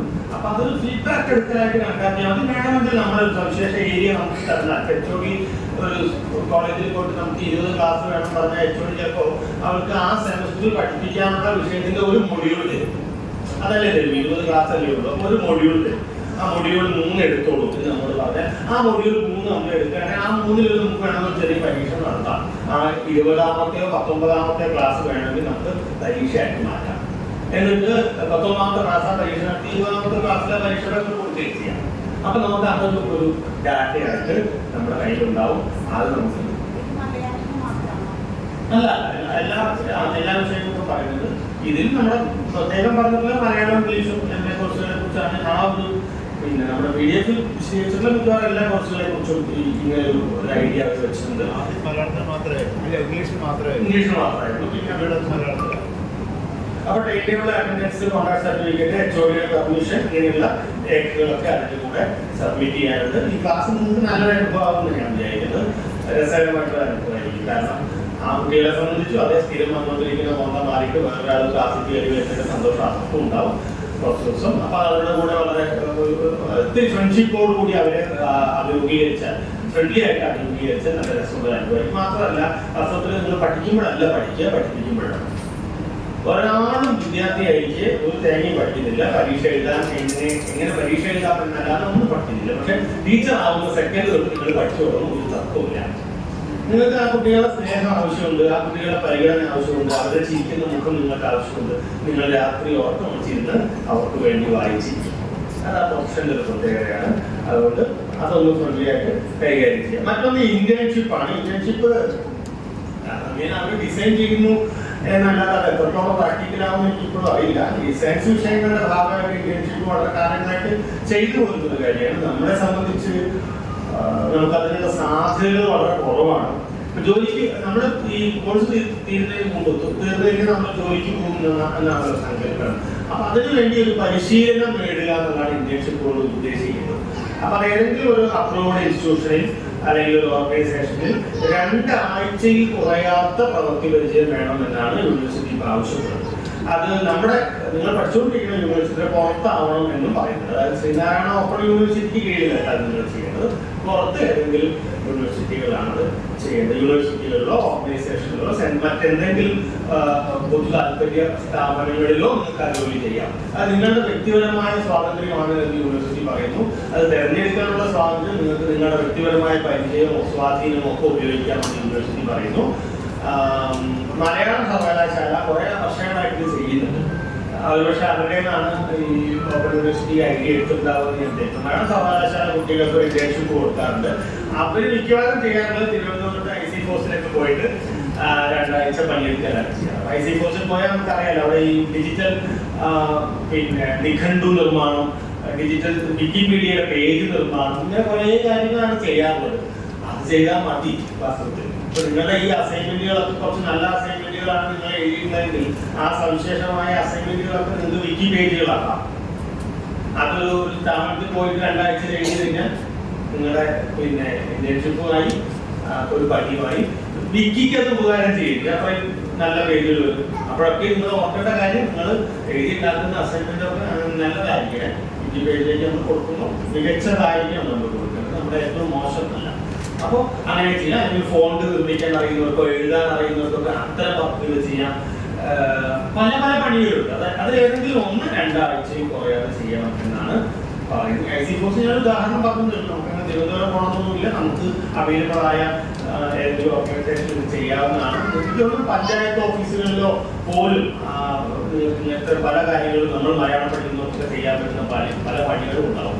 അതേതെങ്കിലും ഒന്ന് ചെയ്തിട്ട് അതിന്റെ പിന്നെ തലവലിയിൽ നിന്ന് ആ 2 ആഴ്ച ഇവിടെ ഈ ജോലി ചെയ്തു എന്ന് തെളിയിച്ചാൽ മതിയാവും. ഒരുപക്ഷെ പണ്ട് ഈ പിന്നെ ഡിഗ്രി ചെയ്യണമെങ്കിൽ പിന്നെ സാമൂഹ്യ സേവനം നടത്തമായിരുന്നു.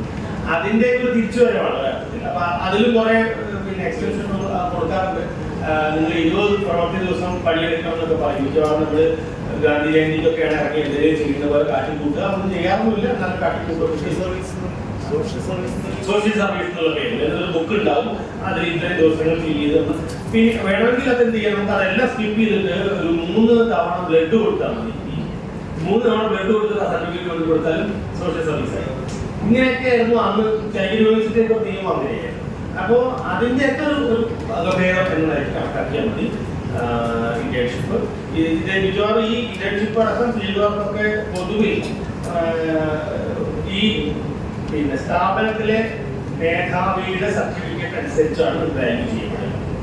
ഇയാൾ ഇവിടെ ഇത്ര ദിവസം തൃപ്തികരമായി ജോലി ചെയ്തു എന്നുള്ള ആ സ്ഥാപന മേധാവിയുടെ സാക്ഷ്യപത്രമാണ് അത് പ്രധാനമായി പരിഗണിക്കുക. മറ്റ് അസസ്മെന്റുകൾ അതിനകത്ത് വരില്ല. മറ്റ് ഫീൽഡ് വർക്കിലേക്ക് വരുമ്പോൾ മറ്റ് അസസ്മെന്റ് വരും. ഇന്റേണൽ ഉണ്ട്, എക്സ്റ്റേണൽ ഉണ്ട്. 30 മാർക്ക് ഇന്റേണൽ ആണ്, എക്സ്റ്റേണൽ പുറത്തുള്ള 70 മാർക്കാണ്. അങ്ങനെയൊക്കെ വരും. പക്ഷെ ഇതിനകത്തേക്കൊന്നും അത്തരം വലിയ പ്രതിസന്ധികൾ വരുന്നില്ല. ഇനി നമുക്ക് ഫീൽഡ് വർക്ക് കൂടെ പറഞ്ഞ് അവസാനിപ്പിക്കാൻ വിചാരിക്കുന്നു. ഫീൽഡ് വർക്ക് തേർഡ് സെമ്മിന്റെ തുടക്കത്തിലാണ് ചെയ്യേണ്ടത് എന്ന് നിങ്ങൾക്ക് അറിയാം. 2 ആഴ്ചയാണ് ഫീൽഡ് വർക്കിന്റെയും സമയം എന്ന് അറിയാം. 20 മുതൽ 25 പേജ് വരെയുള്ള ഒരു റിപ്പോർട്ടാണ് ഫീൽഡ് വർക്കിന്റെ ഭാഗമായിട്ട് നിങ്ങൾ എഴുതി ഉണ്ടാക്കേണ്ടത്. ബാക്കി ഫോമൊക്കെ ഫില്ല് ചെയ്യാനുള്ള ഫോമുകളാണ്. അതെല്ലാം ഇതിന്റെ കൂടെ നിങ്ങൾക്ക് തന്നിട്ടുണ്ട്. അത് ഫില്ല് ചെയ്താൽ മതി. നിങ്ങൾ എഴുതി ഉണ്ടാക്കേണ്ടത് 20 മുതൽ 25 പേജ് വരെയുള്ള ഒരു റിപ്പോർട്ടാണ്, ഒരു പേപ്പറാണ്, ഒരു സ്കെച്ച് പേപ്പറാണ്. ഫീൽഡ് വർക്ക് നിങ്ങൾക്ക് ഏത് നേരം ഫീൽഡ് വർക്കും ചെയ്യാം എന്നാണ് യൂണിവേഴ്സിറ്റി പറയുന്നത്. നിങ്ങൾക്ക് ഏതെങ്കിലും സവിശേഷ വിഷയം എടുത്ത് അതിനെപ്പറ്റി പ്രൊജക്റ്റ് ചെയ്യുന്ന പോലെ ചെയ്യാം. അതല്ലെങ്കിൽ ഒരു ഏരിയയിലെ ജനങ്ങളുമായി സംസാരിച്ച് ഡാറ്റ എടുത്ത് അങ്ങനെ ചെയ്യാം. നിങ്ങൾക്ക് ഒരു ഭാഷാഭേദത്തെ കുറിച്ച് പഠിക്കാം, ഒരു പ്രാദേശിക കലയെ കുറിച്ച് പഠിക്കാം, ഒരു പ്രത്യേക സ്ഥലത്തെ കുറിച്ച് പഠിക്കാം, ചില ഭക്ഷണ രീതികളെ കുറിച്ച് പഠിക്കാം, ജീവിത രീതികളെ കുറിച്ച് പഠിക്കാം. ഇങ്ങനെ പല തരത്തിൽ വിപുലമായ സാധ്യതകളുള്ള ഒരു വർക്കായിട്ടാണ് ഫീൽഡ് വർക്ക്. ഇഷ്ടമുള്ള വിഷയമോ ഏരിയയോ നിങ്ങൾക്ക് തിരഞ്ഞെടുക്കാം. പക്ഷെ ഒറ്റ കാര്യമുള്ളത് കോർഡിനേറ്ററുമായി സംസാരിക്കണം. ആ വിഷയം നിങ്ങൾ തീരുമാനിച്ച ശേഷം എന്നിട്ട് അദ്ദേഹത്തിന്റെ നിർദ്ദേശപ്രകാരം ഒരു ഫോർമാറ്റ് ഉണ്ടാക്കിയെടുക്കണം. പക്ഷെ നിങ്ങൾക്ക് ആരുടെ സഹായം വേണമെങ്കിലും എടുക്കാം. പുറത്തുനിന്നുള്ള ഒരു എക്സ്പെർട്ടിന്റെ സഹായം ആവശ്യപ്പെടാം. സൂപ്പർവിഷൻ വേണമെങ്കിൽ നിങ്ങൾക്ക് നിങ്ങളുടെ കൂടെ പഠിക്കുന്ന ഒരാളെ ഉപയോഗിക്കാം, നിങ്ങൾക്ക് ക്ലാസ് എടുക്കുന്ന ആളെ ഉപയോഗിക്കാം, പുറത്തുള്ള ഒരു എക്സ്പെർട്ടിനെ ഉപയോഗിക്കാം. അത്രയും സ്വാതന്ത്ര്യമുണ്ട്. അതൊക്കെ നിങ്ങൾ കോർഡിനേറ്ററെ ഒന്ന് അറിയിക്കണം എന്ന് മാത്രമേ യൂണിവേഴ്സിറ്റി നിർദ്ദേശിക്കുന്നുള്ളൂ. എന്താണ് നിങ്ങൾ ചെയ്യാൻ പോകുന്നത് എന്നും എങ്ങനെയാണ് ചെയ്യാൻ പോകുന്നത് എന്നും കോർഡിനേറ്ററോട് പറഞ്ഞിരിക്കണം. ഇനി നിങ്ങൾക്ക് വേറെ എക്സ്റ്റേണൽ എക്സ്പെർട്ടിനെ വേണം എന്നുണ്ടെങ്കിൽ, ഇപ്പൊ നിങ്ങൾ ഒരു വിഷയം ചെയ്യുമ്പോൾ ആ വിഷയത്തിൽ ഇപ്പോ ഉദാഹരണത്തിന് ഒരു നാടൻ വാദ്യകലയിൽ നിങ്ങൾ ചെയ്യാൻ കരുതുക. ഇപ്പൊ വാദ്യകല ഒരു പ്രത്യേക ഇൻസ്ട്രുമെന്റിനെ കുറിച്ചാണ് നിങ്ങൾ പഠിക്കുന്നതെന്ന് കരുതുക. അത് പ്രത്യേക പ്രദേശത്ത് മാത്രമാണുള്ളത്. അവിടെയുള്ള ഒരു 1-2 കുടുംബക്കാരാണ് ഉണ്ടാക്കി ഉപയോഗിക്കുകയും ചെയ്യുന്നതെന്ന് പറഞ്ഞ് നിങ്ങൾക്ക് പഠനം നടത്താം. അപ്പൊ നിങ്ങൾ വാല്യൂ ചെയ്യാൻ ആ ഇൻസ്ട്രുമെന്റ് വായിക്കാനും അറിയാനും ഒക്കെ ശേഷിയുള്ള സംഗീതം പോലുള്ള ഒരാൾ വേണം. അതായത് നമ്മൾ എഴുതിയത് പോലും കൊണ്ടത്തരാണോ അല്ലെങ്കിൽ നമുക്ക് മനസ്സിലാക്കാം. അപ്പൊ നിങ്ങൾക്ക് ഒരു എക്സ്പേർട്ടിനെ ആവശ്യമുണ്ട്. ഇപ്പൊ മറ്റൊരു സ്റ്റാൻഡേർഡ് കുട്ടിയെ നിങ്ങൾക്ക് ആവശ്യമുണ്ട് എക്സ്പേർട്ട് ആയിട്ടൊന്ന് എഴുതുക. നിങ്ങൾക്ക് അത് ആവശ്യപ്പെടാം. എങ്ങനെ? നിങ്ങൾക്ക് യൂണിവേഴ്സിറ്റിയോട് പറഞ്ഞാൽ യൂണിവേഴ്സിറ്റിയുടെ ഒരു അപ്രൂവൽ വാങ്ങിയിട്ട് അദ്ദേഹത്തിന്റെ CV കൂടെ വാങ്ങി നിങ്ങൾക്ക് എന്ത് ചെയ്യാൻ പറ്റും? അദ്ദേഹത്തെ നിങ്ങൾക്ക് എക്സ്പേർട്ട് ആയിട്ട് അങ്ങനെയൊക്കെ ചെയ്യാം. അപ്പൊ അതൊക്കെ അപ്പൊ അങ്ങനെ യൂണിവേഴ്സിറ്റി വലിയ നിങ്ങളുടെ എക്സ്പേർട്ടിന്റെ CV കൊടുത്താൽ യൂണിവേഴ്സിറ്റി ആ എക്സ്പേർട്ടിന് റിക്വസ്റ്റ് ചെയ്യും, നമ്മുടെ കുട്ടികളെ സഹായിക്കുന്നു. അപ്പൊ നമുക്ക് ആ ഒരു സഹായം അങ്ങനെയൊക്കെയുള്ള സൗകര്യങ്ങൾ ഉപയോഗിക്കാം. ഇനി ഇതിന്റെ വർക്കിലേക്ക് വരുന്ന സമയത്ത് എന്തൊക്കെയാണ് ഈ പ്രൊജക്ടിന്റെ അല്ലെങ്കിൽ ഈ ഫീൽഡ് വർക്കിന്റെ ഫസ്റ്റ് സ്റ്റെപ്പ് എന്ന് ചോദിച്ചാൽ, ഈ ഫീൽഡ് വർക്കിന് നിങ്ങളുടെ കയ്യിൽ ഒരു ഹൈപ്പോത്തിസിസ് ഉണ്ടാവണം. എന്ന് വെച്ചാൽ ഒരു പരികല്പന വേണം. എന്താണ് ഈ പരികല്പന അല്ലെങ്കിൽ ഹൈപ്പോത്തിസിസ് എന്ന് ചോദിച്ചാൽ വളരെ ലളിതമായ ഒരു കാര്യമാണ്. നമ്മൾ ഇന്ന വിഷയം പഠിച്ചാൽ അത് ഇന്ന കാരണം കൊണ്ട് ഇന്ന രീതിയിലാണ് പരിസമാപ്തി വരിക എന്നുള്ളൊരു ഏകദേശ രൂപം നമുക്ക് ഉണ്ടാവുന്നത്. 2 ദിവസം ഭക്ഷണം കഴിച്ചില്ലെങ്കിൽ തല കറങ്ങും എന്ന് നമുക്കറിയാമല്ലോ. ഈ തല കറങ്ങും എന്ന നമ്മുടെ ഇപ്പോഴത്തെ ധാരണയാണ് നമ്മുടെ പരികല്പന. അപ്പൊ തല കറങ്ങിക്കോളൊന്നുമില്ല, കുറിച്ച് ചിലപ്പോൾ കുറച്ച് പോയി. അത് ആ സമയത്ത് പറഞ്ഞാൽ 2 ദിവസം ഞങ്ങൾ അഡ്വൈസ് ചെയ്തു. പക്ഷെ 2ാമത്തെ ദിവസം തല കറങ്ങുന്നതല്ല വിചാരിച്ചു, പക്ഷെ തല കറങ്ങിയില്ല. പരികല്പന തെറ്റുന്നൊന്നുമില്ല, പക്ഷെ നമ്മൾ പരികല്പന വയ്ക്കുന്നു. എന്ത്? ഇങ്ങനെ എല്ലാ വിഷയത്തിലും ഇങ്ങനെ ഒരു പരികല്പന നമ്മൾ വയ്ക്കും പഠനത്തിൽ. അതാണ് ഹൈപ്പോത്തിസിസ് എന്നുള്ള വാക്കുകൊണ്ട് ഉദ്ദേശിക്കുന്നത്. ഇത് കോർഡിനേറ്ററുമായി സംസാരിച്ച് അതിനെ നമുക്ക് ഗവേഷണമായിട്ടൊക്കെ ബന്ധപ്പെട്ട് പറയുമ്പോൾ അതിനെ നമ്മൾ ഗവേഷണ പ്രശ്നം എന്നാണ്. ഹൈപ്പോത്തിസിസ് മുമ്പ് നമ്മൾ ഗവേഷണ പ്രശ്നം കണ്ടെത്തണം. എന്താണ് നമ്മൾ പഠിക്കാൻ പോകണം? അതിനൊരു പ്രശ്നം ഉണ്ടെങ്കിൽ നമുക്ക് പഠിക്കാൻ പറ്റുള്ളൂ. ഒരു ചോദ്യം എന്നാണ് പ്രശ്നം എന്നുള്ള വാക്കിന്റെ ഇവിടുത്തെ അർത്ഥം. ഒരു ചോദ്യം ഉണ്ടാകും. എന്തുകൊണ്ടാണ് എംടിയുടെ കഥാപാത്രങ്ങളിൽ മിക്കവാറും ആളുകൾ ഇങ്ങനെ നായർ സമുദായക്കാരായത്? ഇതൊരു ചോദ്യം. നമുക്ക് ചോദ്യം ചോദിക്കാം. MTയുടെ കൃതികൾ ധാരാളം വായിച്ചിട്ടുള്ള ഒരാൾക്ക് ഇങ്ങനെ ഒരു ചോദ്യം ചോദിക്കാം. അതിനൊരു ഉത്തരം നമുക്ക് കണ്ടുപിടിക്കാം. MT എഴുതുന്ന കാലത്ത് MTയുടെ സമുദായം അതാണ്. MT എഴുതുന്ന കാലത്ത് MT എഴുതുന്നതിന് ചുറ്റുപാടുള്ള ജീവിതങ്ങളാണ് MT കൂടുതലായിട്ട് എഴുതിയിട്ടുള്ളത്. സ്വന്തക്കാരെ കുറിച്ചും മറ്റു വീട്ടിലെ ആളുകളെ കുറിച്ചും ഒക്കെയാണ് അദ്ദേഹം കൂടുതലായിട്ട് എഴുതിയത്. ഒരു പ്രാദേശികതയുടെ എഴുത്തുകാരനാണ് ആ നിലയ്ക്ക് MT. പിന്നീട് MT മാറുന്നുണ്ടെങ്കിൽ പോലും അതുകൊണ്ട് MT പരിചിതമായ ആളുകളെയും സംസ്കാരത്തെയും എഴുതാൻ ശ്രമിച്ചതുകൊണ്ട് ഇങ്ങനെ വന്നു. ഇങ്ങനെ നമുക്ക് വേണമെങ്കിൽ ഒരു പരിഗണന വരെ എത്താം. എന്നിട്ട് പഠനം സ്റ്റാർട്ട് ചെയ്യാം. സ്റ്റാർട്ട് ചെയ്ത് കഴിയുമ്പോൾ തെറ്റാണ്. ചിലപ്പോൾ നമുക്ക് അവസാനം ഡാറ്റയൊക്കെ കളക്ട് ചെയ്ത് നമ്മുടെ നോവലുകളൊക്കെ വീണ്ടും വായിച്ച് കുറിപ്പെടുത്ത് അതിനായ കഥാപാത്രങ്ങൾ ഇത്രയാണ്, അവരുപയോഗിക്കുന്ന ആ സംസ്കാരത്തെ വെളിപ്പെടുത്താൻ എനിക്ക് ഉപയോഗിച്ച വാക്കുകൾ ഇങ്ങനെയാണ്, അതിന്റെ വിശേഷണങ്ങൾ ഇങ്ങനെയാണ്, അതല്ലാത്ത ആളുകളെ കുറച്ച് അപരത്വത്തോടു കൂടിയാണ് അദ്ദേഹം കാണുന്നത് എന്നൊക്കെ പറഞ്ഞു നമുക്ക് എഴുതി വന്നിട്ട് ഏറ്റവും ഒടുവിൽ നമ്മുടെ ഫൈൻഡിങ്സ് ശരിയാണ് എന്നും വരാം, തെറ്റാണ് എന്നും വരാം. ചിലപ്പോൾ മഞ്ഞു പോലെയൊക്കെയുള്ള വേറെ നോവലുകൾ വെച്ചിട്ട് നമുക്ക് ഇത് തെറ്റാണെന്ന് തോന്നാം. കാരണം എഴുതിയിട്ട് വഴി വെച്ച് നോക്കുമ്പോൾ തെറ്റാണ്. മഞ്ഞ് നടക്കുന്നത് വേറൊരു സ്ഥലത്ത്, കേരളത്തിലല്ല നടക്കുന്നത്, മറ്റൊരു സ്ഥലത്താണ്, എഴുതാളാണ് നടക്കുന്നത്. ഇങ്ങനെ അദ്ദേഹം എഴുതിയിട്ടുള്ള പലതും പുറത്താണ് നടക്കുന്നത്. അദ്ദേഹം കുമ്പൾ എഴുതുമ്പോൾ പുറത്താണ് നടക്കുന്നത്. ഇങ്ങനെ പലതും പുറത്ത് നടക്കുന്നതിനെ കുറിച്ച് അദ്ദേഹം എഴുതുന്നു. അദ്ദേഹം നമ്മുടെ കൾച്ചർ വിട്ടു പോകുന്നുണ്ട്, നമ്മുടെ പ്രാദേശികത വിട്ടു പോകുന്നുണ്ട്, ഈ വരേണ്യത വിട്ടു പോകുന്നുണ്ട്. അപ്പോ ഇത് രണ്ടും തുലനം ചെയ്ത് നോക്കുമ്പോൾ അദ്ദേഹം ഒരു വരേണ്യതയുടെ, പ്രാദേശികതയുടെ, നായർ സംസ്കാരത്തിന്റെ എഴുത്തുകാരനാണ് എന്ന് പറയുന്നത് തെറ്റാണ് എന്നും നമുക്ക് തോന്നാം. ഇത് രണ്ടാണെങ്കിലും നമുക്ക് ആ ഫീൽഡ് വർക്ക് പൂർത്തീകരിക്കാൻ പറ്റും. നമ്മുടെ ഫൈൻഡിങ്സ് തെറ്റി എന്നതുകൊണ്ട് അപകടമില്ല. പക്ഷെ നമുക്ക് മുന്നോട്ട് പോകാൻ ആദ്യം ഒരു ഫൈൻഡിങ്സ് വേണം. ഇവിടുന്ന് ഇറങ്ങി നമ്മൾ എവിടേക്കാ പോകുന്നത് നമുക്കൊരു ബോധം വേണം. വീട്ടിലേക്കാണെങ്കിൽ വീട്ടിലേക്ക്, സ്റ്റാൻഡിലേക്കാണെങ്കിൽ സിനിമ തിയേറ്ററിലേക്കാണെങ്കിൽ, ആടുജീവിതത്തിനാണെങ്കിൽ എവിടേക്കാണ് നമുക്കൊരു തീരുമാനം വേണം. ഇതിനെയാണ് ഹൈപ്പോത്തിസിസ് എന്ന് പറയാം. അവിടെ എത്തുമോ എത്തില്ല എന്ന് നമുക്ക് പറയാൻ പറ്റില്ല. അത് വേറെ അത് നമുക്ക് വർക്ക് ചെയ്താലേ ചെയ്യാൻ പറ്റും. അപ്പൊ അതാണ് ഫസ്റ്റ് പണി. ഒരു വിഷയം തിരഞ്ഞെടുക്കുക, അതിനൊരു ഹൈപ്പോത്തിസിസ് ഉണ്ടാക്കുക. രണ്ട് ഡാറ്റ കളക്ട് ചെയ്യലാണ് അതുമായി ബന്ധപ്പെട്ടത്. ഒരു എഴുത്തുകാരും എഴുത്തൊക്കെ ആണെങ്കിൽ ഡാറ്റ കളക്ട് ചെയ്യാൻ അവരുടെ പുസ്തകങ്ങൾ, അവരുടെ പുസ്തകങ്ങളെ കുറിച്ച് വന്നിട്ടുള്ള പുസ്തകങ്ങൾ, അതിന്റെ പഠനങ്ങൾ, ഇതൊക്കെ തന്നെയാണ് ഡാറ്റ. അതല്ല മനുഷ്യന്മാരെ കുറിച്ചാണ് പഠിക്കുന്നതെങ്കിലോ, ഒരു പ്രത്യേക പ്രദേശത്തെ കുറിച്ചാണ് പഠിക്കുന്നതെങ്കിൽ അതിന് ചിലപ്പോൾ നമുക്ക് കുറെ ആളുകളെ ഉപയോഗിക്കേണ്ടി വരും. ഇപ്പൊ ഒരു ദേശത്തിനെ പറ്റി പഠിക്കുകയാണെങ്കിൽ ആ ദേശത്തിലെ വളരെ പ്രായമുള്ള ചില ആളുകളെ നമ്മൾ തിരഞ്ഞെടുക്കേണ്ടിയിരിക്കും. കാരണം അവർക്ക് മാത്രമേ ഓർമ്മയുള്ളൂ പല കാര്യങ്ങൾ പറയാൻ. അല്ലെങ്കിൽ ആ ദേശത്തിന്റെ ചില ചരിത്ര പുസ്തകങ്ങൾ ഉണ്ടാവും, അത് നമുക്ക് തിരഞ്ഞെടുക്കാം. കുറച്ച് ആളുകളെ തിരഞ്ഞെടുക്കാം. ആ ആളുകളോട് ചോദിക്കേണ്ട ചോദ്യങ്ങളുടെ ലിസ്റ്റ് നമുക്ക് ഉണ്ടാക്കാം, ഒരു ക്വസ്റ്റ്യനെയർ ഉണ്ടാക്കാം. അപ്പൊ ആ തിരഞ്ഞെടുത്ത ആളുകളെ നമ്മൾ പറയുക ആവേദകർ എന്നാണ്. അപ്പൊ അങ്ങനെ ഒരു 10 ആവേദകരെ വേണമെങ്കിൽ നമുക്ക് ആവേദകരെ കണ്ടെത്താം. അവരെ ചെന്ന് അവർക്ക് സൗകര്യമുള്ള സമയത്ത് അനുവാദം ചോദിച്ച് അവരെ ചെന്ന് കണ്ട് സംസാരിച്ച് അവരിൽ നിന്നുള്ള ഡാറ്റ നമുക്ക് എഴുതിയെടുക്കാം, റെക്കോർഡ് ചെയ്തെടുക്കാം, അവരുടെ അനുവാദത്തോടെ എഴുതിയെടുക്കാം. അതെല്ലാം രേഖപ്പെടുത്തിക്കൊണ്ട് നമുക്ക് ഫീൽഡ് വർക്ക് ചെയ്യാം. അപ്പൊ നമുക്ക് ചിലപ്പോൾ വേണമെങ്കിൽ ഗ്രാഫോ ചാർട്ടോ ഒക്കെ ഉപയോഗിക്കാം. ആവേദനകൾ 1, 2, 3 ചാർട്ടൊക്കെ ഉണ്ടാക്കാം. അതൊക്കെ നിങ്ങളുടെ ഫീൽഡ് വർക്കിന്റെ ഭാഗമായിട്ട് ഈ 20 to 25 പേജിൽ ഉപയോഗിക്കാം. അപ്പൊ 4 ചാർട്ടൊക്കെ കിട്ടിയാൽ 4 പേജ് അങ്ങനെ ഉപയോഗിക്കും. ഭയങ്കര കൃത്യമായ അനലൈസിനായിട്ട് മാറുകയും ചെയ്യും. ചാർട്ടൊക്കെ ഉപയോഗിക്കാൻ നിങ്ങൾക്ക് വേണമെങ്കിൽ നിങ്ങളുടെ വിഷയത്തിന്റെ സ്വഭാവം അനുസരിച്ച്. ഇപ്പൊ നിങ്ങളുടെ നാട്ടിലൊരു പ്രാദേശിക കലയുണ്ടെങ്കിൽ അത് ഫീൽഡ് വർക്കായിട്ട് മാറ്റാം. ഗോദാമൂരി ആട്ടം കൊണ്ട് കല എന്റെ നാട്ടിലൊരു കുടുംബം ചെയ്യുന്നുണ്ട്. അത് നിങ്ങൾക്ക് ആ കുടുംബത്തെ വെച്ച് തോൽപ്പാവക്കൂത്ത് പോലെ തോൽപ്പാവക്കൂത്ത് നടത്തുന്നു, അത് ഫീൽഡ് വർക്കായിട്ട് ഉപയോഗിക്കാം. ഇങ്ങനെ അനന്തമായ സാധ്യത. ഒന്നും വേണ്ട, നിങ്ങളുടെ നാട്ടിൽ വളരെ കണക്കുള്ള ഒരു കുളമുണ്ട് എഴുതുക. ഒരു കുളം എത്രയോ വർഷങ്ങളുടെ ഓർമ്മയും പഴക്കവും ആ കുളത്തിനുണ്ട്. പല ആളുകളുടെ കുളത്തെ പറ്റി പല കഥകളും പറയാനുണ്ട്. ആ കുളത്തിന്റെ ചരിത്രം നിങ്ങൾക്ക് ഫീൽഡ് വർക്കായിട്ട് ഉപയോഗിക്കാം. അതൊക്കെ ഫോക്ലോറിന്റെ ഭാഗമായിട്ട് രേഖപ്പെടുത്തി വെക്കേണ്ടുന്ന കാര്യങ്ങളാണ് പലതും.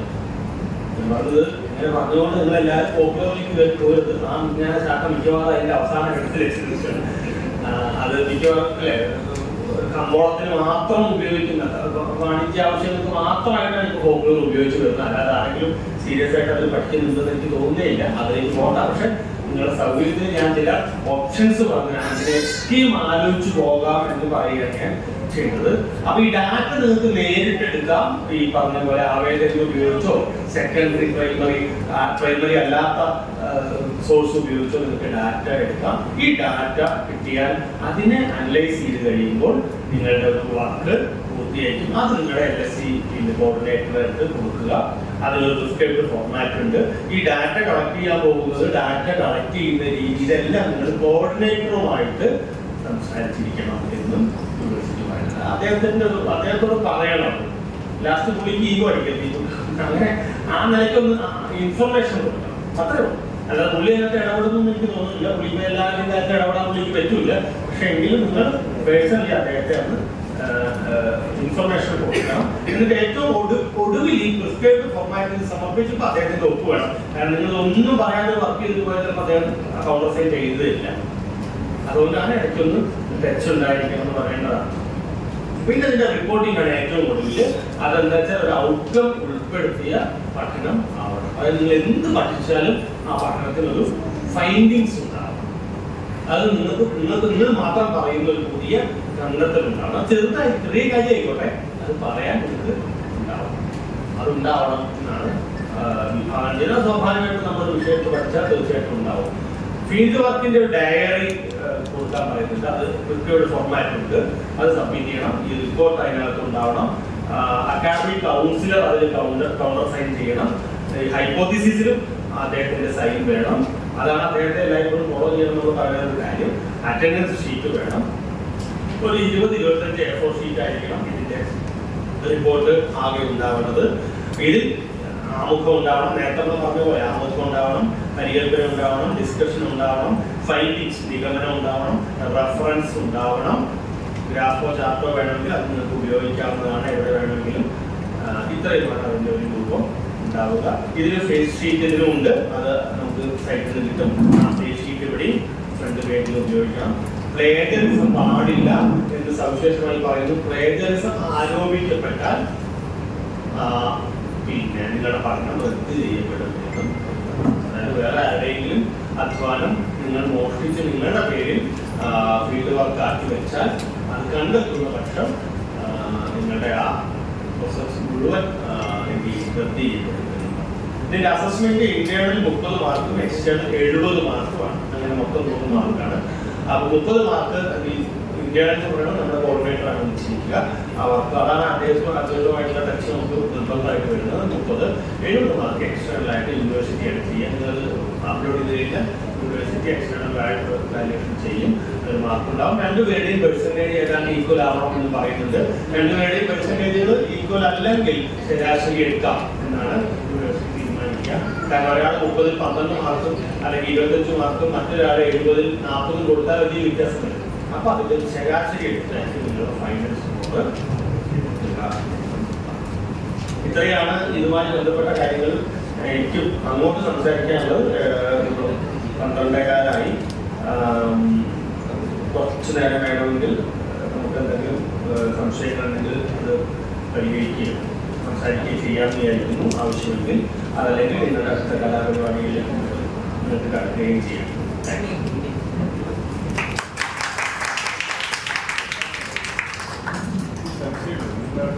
ഈ വിഷയത്തിൽ ഡോക്യുമെന്ററി പറ്റിയാണ് അതിന് യൂണിവേഴ്സിറ്റി പറയുന്നത്.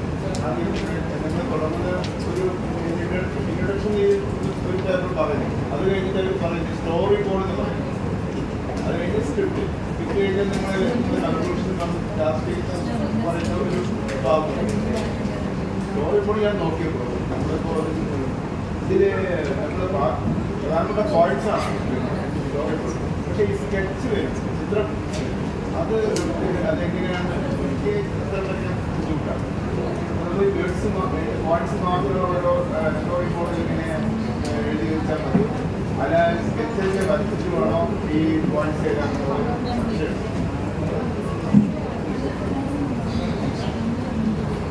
ഇത് ഉത്തരം പറയാൻ എനിക്ക് കഴിയില്ല. സ്റ്റോറി ബോർഡ് എന്നുള്ള സങ്കല്പം തന്നെ വാസ്തവത്തിൽ സ്കെച്ചോട് കൂടിയ ഒന്നാണ്. എന്ന് വെച്ചാൽ സംവിധായകനും തിരക്കഥാകൃത്തും ഒക്കെ ഇരുന്ന് ചർച്ച ചെയ്തുണ്ടാക്കുന്ന ഒന്നിന്റെ പേരാണ് സ്റ്റോറി ബോർഡ്. അത് ക്യാമറയും മറ്റും കൈകാര്യം ചെയ്യുന്ന ഒരാൾക്ക് ഷൂട്ട് ദിവസം അഥവാ സംവിധായകൻ ഇല്ലാതെ പോയാൽ പോലും ഷൂട്ട് മുടങ്ങാതിരിക്കാൻ സഹായിക്കുന്ന വിധത്തിലാണ് ക്രമീകരിച്ചിട്ടുണ്ട്. അപ്പോൾ ഒരു സീൻ എടുക്കുമ്പോൾ സീൻ 1 ആണ്. അപ്പൊ അത് പിന്നെ ബസ്സിൽ യാത്ര ചെയ്തുകൊണ്ടിരിക്കുന്ന നായകനെ കുറിച്ചാണ്. ആ സീൻ അവിടെയാണ്, ബസ്സിലാണ് ഷൂട്ട് ചെയ്യുന്നത്. എവിടെ നിന്നുള്ള ഒരു വിഷ്വലാണ് ആ സീനിന്റെ കോർ എന്ന് ആ സ്റ്റോറി ബോർഡിന്റെ സൈഡിൽ ഒരു ചെറിയ ബോക്സിൽ വെച്ചിട്ടുണ്ടാവും. അപ്പോ ഒരു ബസ്സിന്റെ ചെറിയ ചിത്രം, അത് ഞാൻ ഡീറ്റെയിൽഡ് ബസ്സൊന്നും വായിക്കണ്ട, ബസ്സാണെന്ന് തോന്നിക്കുന്ന കുറച്ച് വരകൾ കൊണ്ട് ഒരു ബസ് വരയ്ക്കും, സീറ്റുകൾ ചെറിയ കുഞ്ഞു കുഞ്ഞു സീറ്റുകൾ വരയ്ക്കും, അതിന് നായകൻ ഇരിക്കുന്ന ഒരു ഭാഗം ജസ്റ്റ് ഒന്ന് കോറിയിടും. അപ്പൊ അത് കാണുമ്പോൾ നമുക്ക് അറിയാം ക്യാമറ എവിടെയാണ് വെച്ചിട്ടുള്ളത്. ഒരുപക്ഷെ നായകനെ പിന്നിന്ന് കാണുന്ന പോലെ എനിക്ക് ചിത്രം, മുമ്പിൽ വണ്ടി ഇങ്ങനെ പോയിക്കൊണ്ടിരിക്കുന്നു, പിന്നിന്ന് നായകനെ കാണുമ്പോൾ അപ്പൊ ക്യാമറ ഇവിടെയാണ് ആ ഷോട്ടിന്റെ, അല്ലെങ്കിൽ ഇങ്ങനെയായിരിക്കും. അപ്പൊ നായകൻ സൈഡിൽ ബാക്കില് പുറത്ത് റോഡ് കാണാം, വണ്ടിയൊക്കെ കാണാം, അങ്ങനെയാണ് ചിത്രം വരച്ചത്. ഇത് മനസ്സിലാക്കുക എന്നുള്ളത് കൂടിയാണ് ആ സ്റ്റോറി ബോർഡിന്റെ ലക്ഷ്യം. അതൊരു പക്ഷെ അവിടെ വെച്ച് മാറ്റുകയും ചെയ്യും. സ്റ്റോറി ബോർഡിൽ വരച്ച പോലെ തന്നെ നമ്മൾ എടുക്കില്ല, കാരണം അവിടെ ചെന്ന് ചർച്ച ചെയ്യുന്ന സമയത്ത് ചിലപ്പോൾ അതത്ര നന്നല്ല ആ ഷോട്ടൊന്നും ചിലപ്പോൾ തോന്നും, ചിലപ്പോൾ ക്യാമറ വെച്ച് കഴിയുമ്പോഴാവും നമുക്ക് മനസ്സിലാവുക ആ ഷോട്ട് അത്ര ഭംഗിയില്ലാന്ന് നമ്മളത് മാറ്റും. പക്ഷെ അപ്പോഴും സ്റ്റോറി ബോർഡ് ഉണ്ടാവും. സ്വാഭാവികമായിട്ടും സ്റ്റോറി ബോർഡിന് വേണ്ടിയിട്ട് ഒരു ആർട്ടിസ്റ്റിനെ വിളിക്കാറുണ്ട്. നമ്മുടെ വലിയ സംവിധായകരെല്ലാം മിക്കവാറും ആർട്ടിസ്റ്റുകളായിരുന്നു, നമുക്കറിയാം. കഥനെ പോലെയൊക്കെയുള്ള ആളുകളെല്ലാം നന്നായി ചിത്രം വരയ്ക്കുന്ന നേമം പുഷ്പരാജ്, ധാരാളം പേരൊക്കെ ചിത്രം വരയ്ക്കുന്ന ആളുകളാണ്. അപ്പൊ അവര് ചിത്രം വരച്ചിരുന്നു കൃത്യമായിട്ട്. അതല്ലാത്ത ആളുകൾ ഇപ്പോ അതിനുള്ള സംവിധാനങ്ങൾ വേറെ ഉണ്ട്. പെൻസിൽ കൊണ്ട് ഇങ്ങനത്തെ സ്കെച്ച് ചെയ്ത് കൊടുക്കാനായിട്ടുള്ള ആർട്ടിസ്റ്റുകളുണ്ട്. അത് ഇത് മാത്രം ചെന്ന് അപ്പൊക്കെ ചോദിച്ചു വരച്ചേ. അപ്പൊ ഇവിടെ യൂണിവേഴ്സിറ്റിക്ക് വര നിർബന്ധമാണെന്ന് പറയാൻ പറ്റില്ല എന്ന് ഞാൻ മനസ്സിലാക്കുന്നത്. കാരണം വരയ്ക്കാൻ സ്കില്ലുള്ളവരായിക്കൊള്ളണമെന്നില്ല എല്ലാവരും. അപ്പൊ സ്റ്റോറി ബോർഡ് കൊണ്ട് യൂണിവേഴ്സിറ്റി വര ഉദ്ദേശിച്ചിരിക്കാൻ വഴിയില്ല. പക്ഷെ ഞാൻ ഈ കാര്യം വേണമെങ്കിൽ ഒന്ന് ക്ലാരിഫൈ ചെയ്ത് പറയാം. കാരണം ഈ ഞാൻ ഇന്നലെ ചോദിച്ച ആള് ഇന്ന് എന്നോട് വിശദമായിട്ട് തന്നെ അതിന്റെ ഡീറ്റെയിൽസ് പറഞ്ഞു തരാമെന്ന് പറഞ്ഞിട്ടുണ്ട്. അപ്പൊ അതുകൊണ്ട് ഈ കാര്യം കൂടെ ഞാൻ ചോദിക്കാം, വരയുടെ കാര്യം വേണ്ടി വരില്ല എന്നാണ് ഇപ്പൊ എന്റെ ഒരു ധാരണ. സ്റ്റോറി ബോർഡിലെ വര നിർത്താവില്ല. മറ്റ് ബ്രീഫായിട്ടുള്ളൊരു പിന്നെ സ്ക്രിപ്റ്റിന്റെ ഒരു വിശദീകരണം, അല്ല ഒരു ചെറിയ സൂക്ഷ്മ രൂപം സ്റ്റോറി ബോർഡിൽ ഉണ്ടാവും. ഓരോ സീക്വൻസിനെ കുറിച്ച് അത് ഉണ്ടാവുകയും വേണം.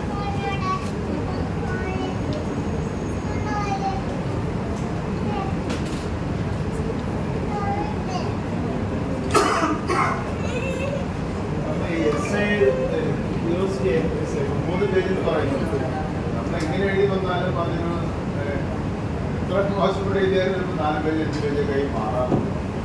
അതുകൊണ്ട് തന്നെ ഈ മാർക്കിനും സമയത്തിന്റെ പ്രശ്നം മാത്രമേ ഉള്ളൂ. 3 പേജിൽ കുറയാതെ ആണ് ചോദ്യപേപ്പറിൽ ഉണ്ടാവുക. കാലിക്കറ്റ് യൂണിവേഴ്സിറ്റി MA കുട്ടികൾക്ക് കൊടുക്കുന്ന കൂടുതൽ ചോദ്യങ്ങളും 6 പുറത്തിൽ കവിയാതെ 6 പുറമാണ് അവരുടെ. അപ്പോ അത് ചില വിഷയങ്ങൾ പറഞ്ഞു തരുമ്പോൾ 6 പുറം വേണ്ടി വരും. സാർ പറഞ്ഞ പോലെ 6 പുറം ആവും. എന്നാൽ ചില വിഷയം 6 പുറം ആക്കാൻ നമ്മൾ വല്ലാതെ മാർക്കുകൾ എഴുതി. മാത്രമല്ല മലയാളം പഠിക്കുന്ന കുട്ടികളുടെ, ഇംഗ്ലീഷ് പഠിക്കുന്ന കുട്ടികളുടെയൊക്കെ ഭാഷയാണ് ശരിക്കും മാർക്ക് ചെയ്യപ്പെടുന്നത്, അല്ലെങ്കിൽ മൂല്യനിർണ്ണയം നടത്തുന്നത് ഭാഷയിലാണ്. ഒരേ ചോദ്യം നിങ്ങൾക്ക് 2 മാർക്കിന് ഉത്തരം എഴുതാം, 5 മാർക്കിന് ഉത്തരം എഴുതാം, 10 മാർക്കിന് ഉത്തരം എഴുതാം. ഒരു ഉദാഹരണത്തിന് മഹാത്മാഗാന്ധി എങ്ങനെയാണ് രാഷ്ട്രപിതാവായത് എന്ന ചോദ്യം നിങ്ങൾക്ക് ഏതൊക്കെ തരത്തിൽ ഉത്തരം എഴുതാം. വേണമെങ്കിൽ ആ ചോദ്യം വെച്ചിട്ട് പുസ്തകം എഴുതാം, അല്ലേ? ഇത് പക്ഷെ ഭാഷ കയ്യിലുള്ള ഒരാൾക്ക് മാത്രമേ ഇങ്ങനെ ഒരു വിഷയത്തെ ഡെവലപ്പ് ചെയ്യാനും ചുരുക്കാനും കഴിയുള്ളൂ. അതാണ് പരിശോധിക്കപ്പെടുന്നത്. പക്ഷെ മാഷ് സാറ് പറഞ്ഞ പോലെ ഒരു ഇഷ്യൂ നമ്മുടെ മുഴുവൻ കുട്ടികൾക്കും വരില്ല എന്ന് ഞാൻ വിചാരിക്കുന്നത്. എന്താ കാര്യം വെച്ചാൽ ഇവരൊക്കെ എങ്ങനെ 3 മാർക്കും എന്ന് ആലോചിച്ച് കഷ്ടപ്പെടുന്നവരാണ്. 80% അധികം പേര്. കാരണം 3 പുറത്തിനൊരു കഥയും കൂടി ഉണ്ട്. നിങ്ങൾ ഒരു പേജിന്റെ പകുതിക്കൊക്കെയാണ് വെച്ച് തുടങ്ങുന്നതെങ്കിൽ നിങ്ങൾ മറ്റേ പേജിന്റെ പകുതി എത്തുമ്പോഴേ 3 പുറം ആവുള്ളൂ. അത് ഓർക്കണം. ഇവിടെ പകുതിയിൽ തുടങ്ങിയല്ലോ, അപ്പൊ അത് ഒന്നായല്ലോ എന്ന് വിചാരിക്കുന്നത്. കാരണം ഇത് മാത്രമേ വാല്യൂ ചെയ്യപ്പെടുള്ളൂ. കൃത്യമായി നോക്കുക സ്പേസ് എത്ര എടുത്തു. അപ്പൊ കൂടുതൽ എത്ര എഴുതിയാലും പ്രശ്നമില്ല, അപകടമില്ല. കുറഞ്ഞാലാണ് അപകടം. കൂടുതൽ എഴുതുന്നതോറും മാർക്ക് കൂടുതൽ കിട്ടാൻ സാധ്യതയുണ്ട് മലയാളത്തിന്റെ. കാരണം മലയാള പേപ്പർ നോക്കുന്ന ആൾ ആദ്യം ചെയ്യുക പേപ്പർ കെട്ടൊന്ന് പിടിച്ച് നോക്കുക എന്നല്ലാതെ എത്രത്തോളം ഉണ്ട്. ഈ ശ്വാസകോശം സ്പോഞ്ചിനൊക്കെ പറഞ്ഞിട്ട് എത്രത്തോളം വരുന്നു പറയില്ല. അതുപോലെ നോട്ടോട് പൊതുവിൽ നോക്കാറുണ്ട്. അത് പക്ഷെ വളരെ വേഗത്തിൽ എഴുതുന്നവർക്കും ഇങ്ങനെ സ്പേസ് ഇട്ട് എഴുതുന്നവർക്കും മാത്രമേ അതിന്റെ സമയം കിട്ടുള്ളൂ. അതല്ലെങ്കിൽ 3 പേർ എഴുതാനുള്ള സമയം ഉണ്ടാവുള്ളൂ. കാരണം അങ്ങനെയാണ് ആ സമയം ക്രമീകരിച്ചിട്ടുള്ളത്. ചില ആളുകൾ വളരെ വേഗത്തിൽ എഴുതി പോകുമല്ലോ, അവർക്ക് കുറച്ച് കൂടുതൽ എഴുതാനുള്ള ചാൻസ് കിട്ടും.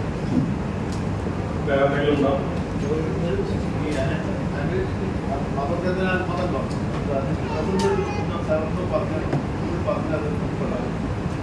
ഇപ്പോ ഒരു ഉദാഹരണത്തിന് എന്റെ ഗവേഷണ വിഷയം ഈ അനലിറ്റിക്കലായിരുന്നു. അപ്പൊ അതുകൊണ്ട് അത് ഉദാഹരിക്കാൻ വിചാരിക്കും. ഇപ്പൊ പത്രമാധ്യമങ്ങളും വിഷ്വൽ മീഡിയയൊക്കെ വാക്കുകൾ എങ്ങനെ ഉപയോഗിക്കുന്നു എന്നതിനെ കുറിച്ചായിരുന്നു എന്റെ ഗവേഷണം. അത് രണ്ട് രീതിയിൽ ചെയ്യാമായിരുന്നു. ഒന്ന് ഡിസ്ക്രിപ്റ്റീവ്, ഒന്ന് അനലിറ്റിക്കൽ. അപ്പൊ ഡിസ്ക്രിപ്റ്റീവ് ആണെങ്കിൽ ഞാൻ ഉദാഹരണത്തിന് 2024 തെരഞ്ഞെടുപ്പുകാരായതുകൊണ്ട് ആ ഉദാഹരണം പറയാൻ തോന്നി. 24 മെയ്യിൽ ഒരു തെരഞ്ഞെടുപ്പ് ഫലം വന്നു അല്ലെ, പാർലമെന്റ് തെരഞ്ഞെടുപ്പിന്റെ ഫലം വന്നു. അപ്പൊ അന്ന് ജയിച്ചത് NDA ആണ്, കേന്ദ്രത്തിൽ ജയിച്ചത്. നരേന്ദ്രമോദി സർക്കാർ അധികാരത്തിൽ വരുന്നു, നിങ്ങൾക്ക് അറിയാം. അത് 19. അപ്പൊ രണ്ടാം വട്ടമാണ് വരുന്നത്. മാൻഡേറ്ററി കിട്ടുകയാണ് മെയ് 24. അപ്പോ ഈ ദിവസം മലയാള മനോരമയുടെ തലക്കെട്ട് വീണ്ടും സിംഹാസനം. വളരെ കൗതുകരമായ ഒരു തലക്കെട്ടാണല്ലോ. കാരണം നമ്മള് സിംഹാസനം എന്നൊക്കെ നമ്മൾ മനസ്സിലാക്കുന്നത് രാജാധികാരവുമായി ബന്ധപ്പെട്ട സാധനമാണ്.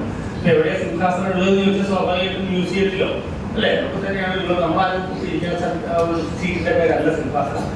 നാളിതുവരെ ഇന്ത്യയിൽ ഒരു പ്രധാനമന്ത്രി സിംഹാസനത്തിൽ ഇരുന്നിട്ടില്ല. കാരണം പ്രധാനമന്ത്രിമാരെ സിംഹാസനത്തിൽ ഇരുത്താനല്ല നമ്മൾ തിരഞ്ഞെടുക്കുന്നത്. നമ്മൾ വോട്ട് കൊടുത്ത് ഈ ജനാധിപത്യം എന്ന് പറയുന്ന പ്രക്രിയയിലൂടെയാണ് ആൾക്കാർ തിരഞ്ഞെടുക്കുന്നത്. പക്ഷെ മനോരമ വീണ്ടും സിംഹാസനത്തിൽ ടൈറ്റ് ചെയ്യുന്നു. ഇത് എനിക്കൊരു പഠിക്കാനുള്ള സാധനമാണ്. അപ്പൊ ഞാൻ ഇതിനെ പഠിക്കുന്നു. ഇതിനെ പഠിക്കുമ്പോൾ എനിക്ക് ഇങ്ങനെ പഠിക്കാം. വീണ്ടും സിംഹാസനം എന്ന വാക്ക് ഉപയോഗിച്ചത് ഞാൻ ജനാധിപത്യത്തിന് എതിരാണ്. ആ വാക്ക് ജനാധിപത്യം റെപ്രസെന്റ് ചെയ്യുന്നില്ല എന്ന് പറഞ്ഞുകൊണ്ട് എനിക്കൊരു ആർട്ടിക്കിൾ എഴുതാം. അതൊരു പഠനമാണ്. അപ്പൊ അതൊരു വിവരണാത്മക പഠനമേ ആവുള്ളൂ. മറിച്ച് ഞാൻ അപഗ്രഥനാത്മകം ആവണമെങ്കിൽ എനിക്ക് ഇതിന്റെ റൂട്ട് അന്വേഷിച്ച് പോകണം.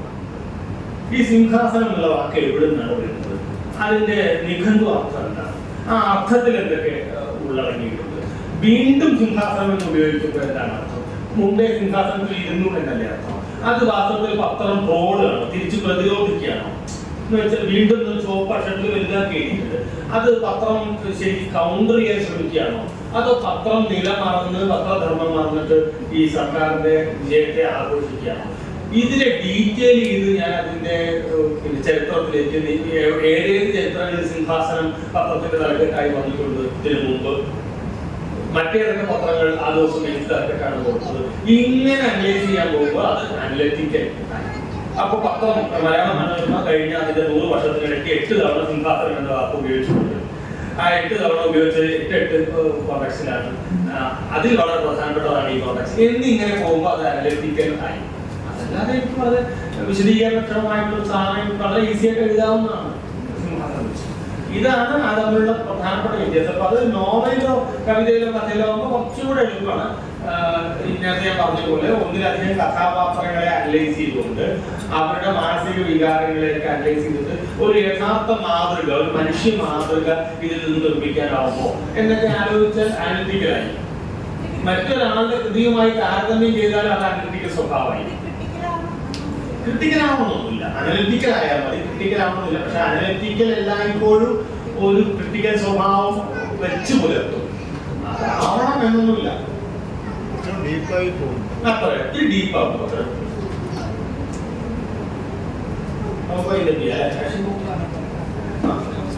ഫീൽഡ് വർക്ക് എടുക്കുമ്പോഴേ നമ്മൾ ഇംഗ്ലീഷ് ആയതുകൊണ്ട് തന്നെ ഇംഗ്ലീഷ് ഭാഷയുമായി ബന്ധപ്പെട്ട വിഷയങ്ങൾ തന്നെ വേണം എന്നില്ല. ഇല്ല, അങ്ങനെയില്ല. കാരണം ഓപ്പൺ യൂണിവേഴ്സിറ്റി നിലവിൽ ഡിസൈൻ ചെയ്തിട്ടുള്ളത് കേരള സ്റ്റഡീസിനെ കൂടി പ്രധാനമായിട്ട് കണ്ടിട്ടാണ്. Sreenarayana open university, Indira Gandhi open യൂണിവേഴ്സിറ്റിക്ക് ബദലായി നമ്മൾ രൂപീകരിക്കുമ്പോൾ അത് തദ്ദേശീയ പഠനങ്ങളെ കേരള സ്റ്റഡീസിനെ വളരെ പ്രാധാന്യത്തോടെ കാണുന്നു. അതുകൊണ്ട് ഇവിടെ ഇംഗ്ലീഷ് ചെയ്യുന്നവർക്ക് ഇംഗ്ലീഷ് വിഷയങ്ങളിൽ ഫീൽഡ് വർക്ക് ചെയ്യാൻ വളരെ കുറവായിരിക്കും. ഒരു 10 വയസ്സായ കുട്ടികളിലുള്ള ഇംഗ്ലീഷ് വിദ്യാഭ്യാസം ഉറപ്പായിട്ടും പഠിക്കാം. അത് പഠിക്കാം. അതല്ലാത്ത നിങ്ങൾക്ക് ഈ നേരത്തെ ഞാൻ പറഞ്ഞ പോലെ കലാരൂപത്തെ കുറിച്ച് പഠിക്കാം. അത് അതിന്റെ ഭാഗമാണ്. നമ്മളിപ്പോ റിപ്പോർട്ട് സബ്മിറ്റ് ചെയ്യുമ്പോഴേ നമ്മളൊരു കൗൺസിലറെ ആളുടെ ഒപ്പമല്ലല്ലോ, ആ ആളെ സൈനാണോ വേണ്ടത്, അതോ നമ്മൾ കൊണ്ടെടുക്കുമ്പോൾ LSC-യിലുള്ള കോർഡിനേറ്റർ സൈനാണോ അതിന് വേണ്ടത്? ഫീൽഡ് വർക്കിന്റെ കാര്യത്തിലോ കൗൺസിലറുടെ ഒപ്പ് വേണം ഒരു ഭാഗത്ത്, മറ്റൊരു ഭാഗത്ത് ഹൈപ്പോത്തിസിസിലും പറയാം അക്കാദമിക് കൗൺസിലർ കൗണ്ടർ സൈൻ ചെയ്യണം നിങ്ങളുടെ ഫീൽഡ് വർക്കിന്റെ ഡയറിയിൽ. അതായത് പറയുന്നുണ്ട് ഹൈപ്പോത്തിസിസിലും അദ്ദേഹത്തിന്റെ സൈൻ ആവശ്യമുണ്ട്. അക്കാഡമിക് കൗൺസിലറുടെ പിന്നെ സൈനാണ് വേണ്ടത്.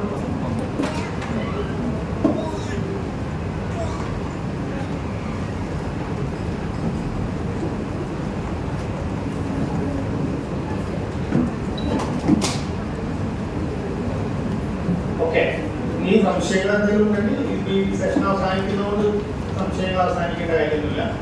നിങ്ങൾ കൂട്ടായ്മ ഉണ്ടല്ലോ, നിങ്ങൾക്ക് ചോദിക്കാം. ഓൺലൈൻ ഫോണൊക്കെ ഉപയോഗിച്ച് എന്ത് ഉത്തരം പറയാം. പിന്നെ കൂടുതൽ ഡീറ്റെയിൽസ് കിട്ടി ഞാൻ രാഷ്ട്രീയത്തിന് കൈമാറാം. കാരണം ഞാൻ അവിടെ ഒരാളോട് ചോദിച്ചിട്ടുണ്ട് ഇതിൻ്റെയൊക്കെ ഒരു പരിപ്രേക്ഷ്യം. നമ്മുടെ ഈ ആർട്സ് സബ്ജക്റ്റായിട്ട് യോജിക്കുന്ന ഒരു വിഷയമേ ഇല്ല. ശരിക്കും അല്ല, അല്ല അത് ഞാൻ അത് നമ്മുടെ വിഷയമായിട്ട് ബന്ധപ്പെട്ടതല്ല. ക്ലാസ് എടുക്കുന്നത് കോളേജിൽ തന്നെയാണോ? കോളേജുകളിൽ ആവണമെന്നുണ്ട്. അത് പിന്നെ കോപ്പറേറ്റീവ് കോളേജ് ആവാം, എയ്ഡഡ് കോളേജുകളാവാം, അഫിലിയേറ്റഡ് കോളേജുകളാവാം, സ്പെഷ്യൽ കോളേജ്, സ്പെഷ്യൽ കുട്ടികൾക്കുള്ള കോളേജുകളില്ലേ അത്തരം സെന്ററുകളാവാം. അങ്ങനെ കുറെ ക്രൈറ്റീരിയ അതിനകത്ത് തന്നിട്ടുണ്ട്. അപ്പൊ അതിലേതും ഉപയോഗിക്കാൻ പറ്റും. PG ആണെങ്കിൽ ഡിഗ്രി ലെവലിലെ ക്ലാസ് എടുക്കാൻ പറ്റും. ഡിഗ്രി ലെവൽ ക്ലാസ്സാണ് എടുക്കുന്നത്.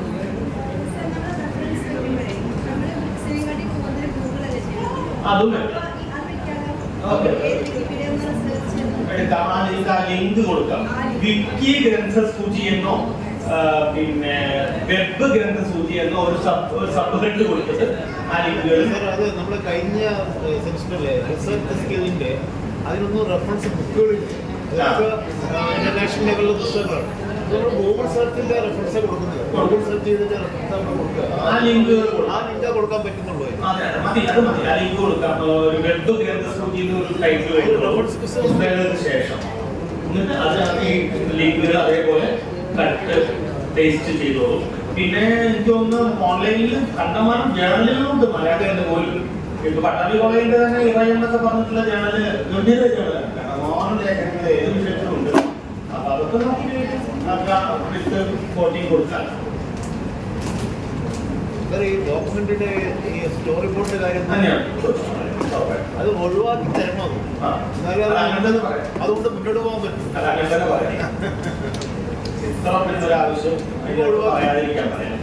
അരവിന്ദിനും ഭരതിനും ഇവരൊക്കെ അവർ ചിത്രം വെച്ചിട്ട് സിനിമ തുടങ്ങുന്നതാണ്. എന്നിട്ട് ഡയലോഗ് ആ സീനിലുള്ള ഡയലോഗ് എഴുതുന്നത്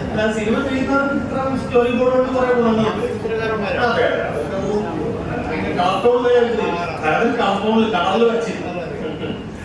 ഭരതിന്റെ എല്ലാ സിനിമയും കളർ കോഡുണ്ട്.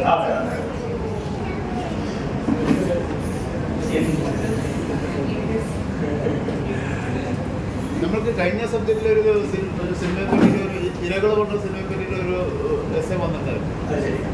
KG ജോർജിന്റെ ആദ്യം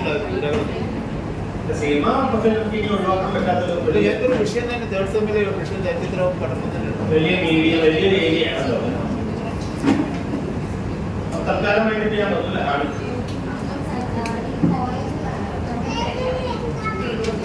നമുക്ക് സെലക്ട് ചെയ്യാം.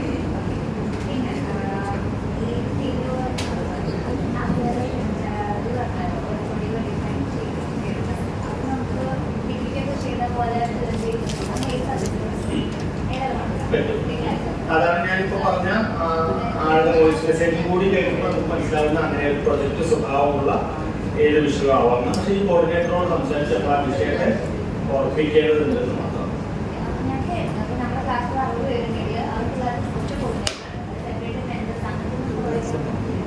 സൂപ്പർവൈസറെ നമുക്ക് വരാനെടുക്കാം. കോർഡിനേറ്റർ വരാൻ അയാളോട് ജസ്റ്റ് ഈ കാര്യം പറഞ്ഞാൽ മതി.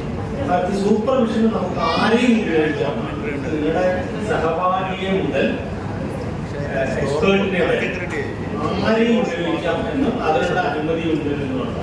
ആരെങ്കിലും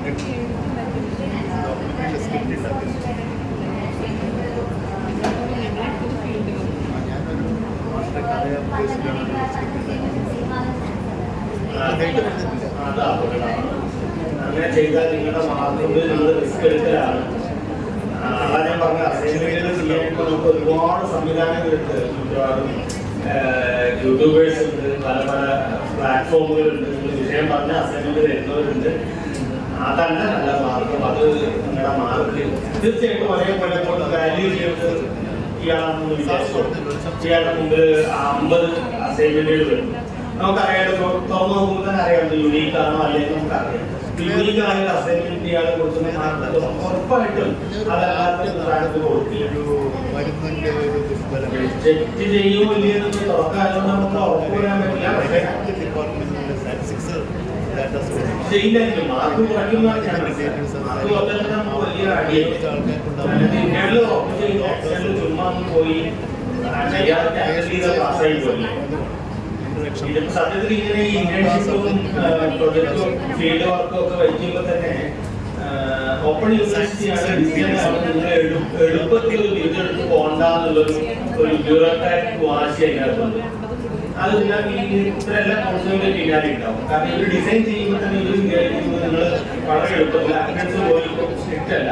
സോ നിങ്ങൾ വളരെ എളുപ്പത്തിൽ ബിരുദെടുത്ത് പോകുന്നു. അപ്പൊ അത് അത്ര സഹിക്കുന്നവരല്ല അതിന്റെ പിന്നണിയിലുള്ള പലരും. ഞങ്ങൾക്കൊന്നും അക്കാദമിക താല്പര്യം മാത്രമേ വരുന്നതല്ല. അപ്പൊ നിങ്ങൾ കുറച്ച് അധ്വാനിക്കട്ടെ, കുറച്ച് നടക്കട്ടെ, കുറച്ച് അലയട്ടെ എന്നൊക്കെയുള്ള തീരുമാനം കൂടിയുണ്ട് ഈ പറഞ്ഞ അസൈൻമെന്റ് അപ്പുറം എല്ലാത്തിലും. അപ്പൊ അവരെ തൃപ്തിപ്പെടുത്തുക, ആ ഈഗോയെ തൃപ്തിപ്പെടുത്തൽ കൂടിയാണ് ലക്ഷ്യം. അതൊട്ടും ഇങ്ങനെ സത്യത്തിൽ പറഞ്ഞുകൂടാത്താണ്. അതൊട്ടും നല്ലതല്ല. പക്ഷെ അതാണ് കാരണം നമ്മള് എത്ര കാലഘട്ടം പ്രാക്ടീസ് ചെയ്തിട്ടുണ്ട്. അങ്ങനെ കുട്ടികളെ നടത്തിച്ച് സർക്കാർ ഓഫീസിലേക്ക് നടത്തിച്ച് അതിന്റെ ഒരു ഭാഗമായിട്ട് കണ്ടാൽ മതി. അപ്പൊ അതുകൊണ്ട് അതിനെ മറികടക്കാനാണ് നമ്മൾ കൊടുക്കുന്നതും കൂടി ഓർമ്മ. അതാണ് നേരത്തെ പറഞ്ഞ പരീക്ഷ പേപ്പറിന്റെ മാതൃകയൊക്കെ പറയാൻ കാരണം നിങ്ങളുടെ കണ്ടന്റ് അവിടെ നോക്കുന്നില്ല. ആരാ നോക്കിയല്ലേ. അസൈൻമെന്റ് ഇപ്പൊ നമ്മളോട് അപ്ലോഡ് ചെയ്യാനല്ലേ ആവശ്യപ്പെട്ടുള്ളത്?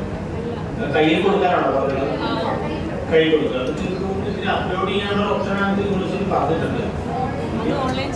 ഓൺലൈൻ സബ്മിഷൻ കാലത്ത് ഇവരെ നോക്കാനാണ് സാധ്യത. സപ്പോർട്ടിംഗ് സെന്ററിൽ തന്നെ നോക്കാനാണ് സാധ്യത. അങ്ങനെയാണെങ്കിൽ വലിയ പ്രയാസമൊന്നും ഉണ്ടാവില്ല. സപ്പോർട്ടിംഗ് സെന്റേഴ്സുകൾക്ക് അത്ര പൊതുവെ അത് ആ പണി ചെയ്യാനുള്ള മടി ഉള്ളതുകൊണ്ട് അവർ ഒറ്റ മണിക്കൂറിന് 100 അസൈൻമെന്റ് നോക്കി മാത്രം അല്ല. അതെ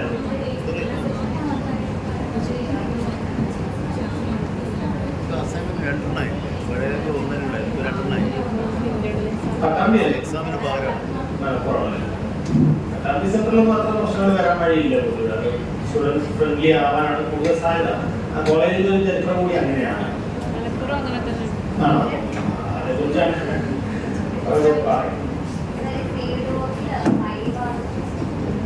വൈബെ പറ്റി ഇപ്പൊ അതിനകത്ത് എഴുതിയിട്ടില്ല. വാസ്തവത്തിൽ വൈബിയും കൂടിയാണ് അതിൽ മിസ്സിങ് ഈ നിലയ്ക്ക് ആലോചിച്ചാൽ. പക്ഷെ എനിക്ക് തോന്നുന്നു വൈബ് പറയില്ല എന്നാണ്. കാരണം എക്സ്റ്റേണൽ വാല്യുവേഷൻ വായന മാത്രമായിരിക്കാനാണ് സാധ്യത. പറയാൻ വഴിയില്ല. അതുകൊണ്ട് പ്രാക്ടിക്കലല്ല. ഒന്നാമത്തെ കാര്യം വൈബ് പ്രാക്ടിക്കലല്ല. നമ്മൾ വൈബ് ചെയ്യുന്നത് നമ്മുടെ വൈബ് കുട്ടികൾക്ക് നമ്മൾ വൈബ് ഓരോ പേപ്പറിനും പോയി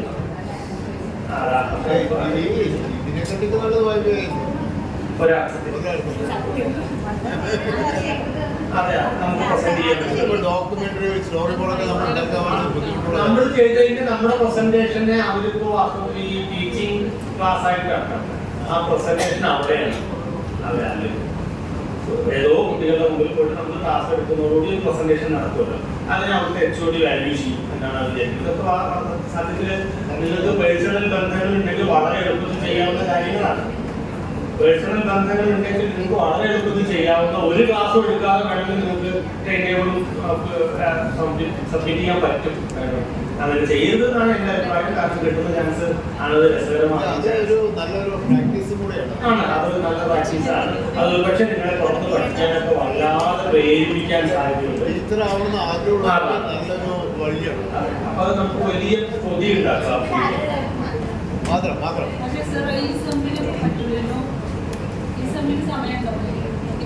അല്ല, അത് ഫോർത്തിന് മുമ്പ് ചെയ്താൽ മതി. ടെർമിനേഷന് മുമ്പ് ചെയ്യണമെന്നേ പറഞ്ഞുള്ളൂ. സമയം തന്നെ ഇപ്പൊ നമ്മൾ തേടാണോ? തേടല്ലേ? ഫോർത്തിന് മുമ്പ്, ടെർമിനേഷന് മുമ്പ് എന്നാണ് എങ്ങനെ എഴുതിയിട്ടുള്ളത്. ആ സമയം നിങ്ങൾ ഫസ്റ്റാണ് സമയത്ത്.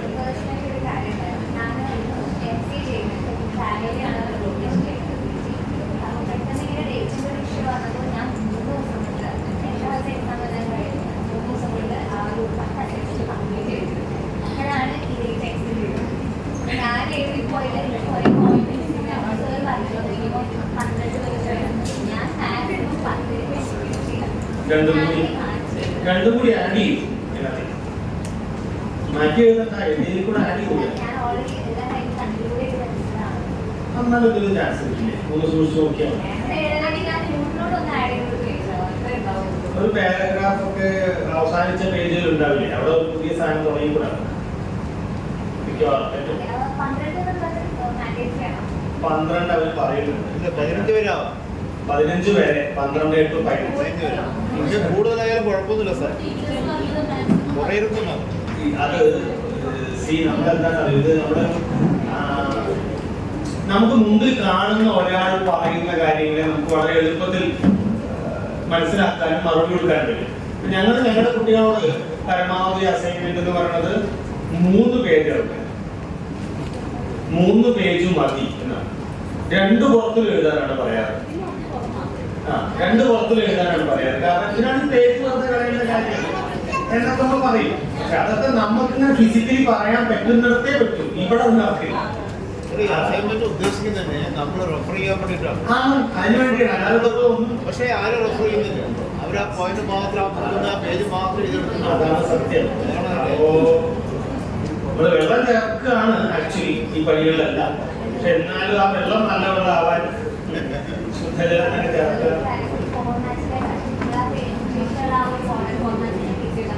മതി അതാണ് നല്ലത് ഒരു സ്റ്റാൻഡേർഡ് തോന്നിക്കുക എന്നുള്ളതാണ് എൻ്റെ ഒരു നല്ലത് സ്റ്റാൻഡേർഡ് തോന്നിക്കുന്നതാണ് ബുദ്ധി ഈ ഫോർമാറ്റുകൾ കുറച്ചുകൂടി വലിയ ലെങ്തിലൊക്കെ 4 സൈഡിലും ആദ്യം വിട്ട് ടൈപ്പ് ചെയ്തതുപോലെ നിങ്ങൾക്ക് എഴുതാൻ പറ്റുമോ അങ്ങനെ ലൈനിൽ ബാക്കിൽ വരയിട്ടിട്ട് വരയ്ക്കേണ്ട ആവശ്യമില്ല നമുക്ക് നെറ്റിൽ തന്നെ ഒരു ബോർഡ് ഉണ്ട് ഏതിന്റെ അപ്പൊ എന്റെ ഇല്ല എഴുതിയതല്ലേ ഇപ്പോഴാണല്ലോ എഴുത്ത് വേണം നമ്മളിപ്പോഴത്തെ ഡോക്യുമെന്റ് കൈകൂടെ മതിയോ അതാ നമ്മള് ഇതിലിപ്പോ അതിന് ഒരു കാര്യം അതിനൊന്നും പറഞ്ഞില്ല നേരത്തെ പറഞ്ഞിട്ടുണ്ടായിരുന്നു നമ്മള് കൈപ്പട അല്ലെങ്കിൽ DDP കാണുന്നത് ഇപ്പൊ പറയുന്നത് അവര് സംഖ്യ ഞാൻ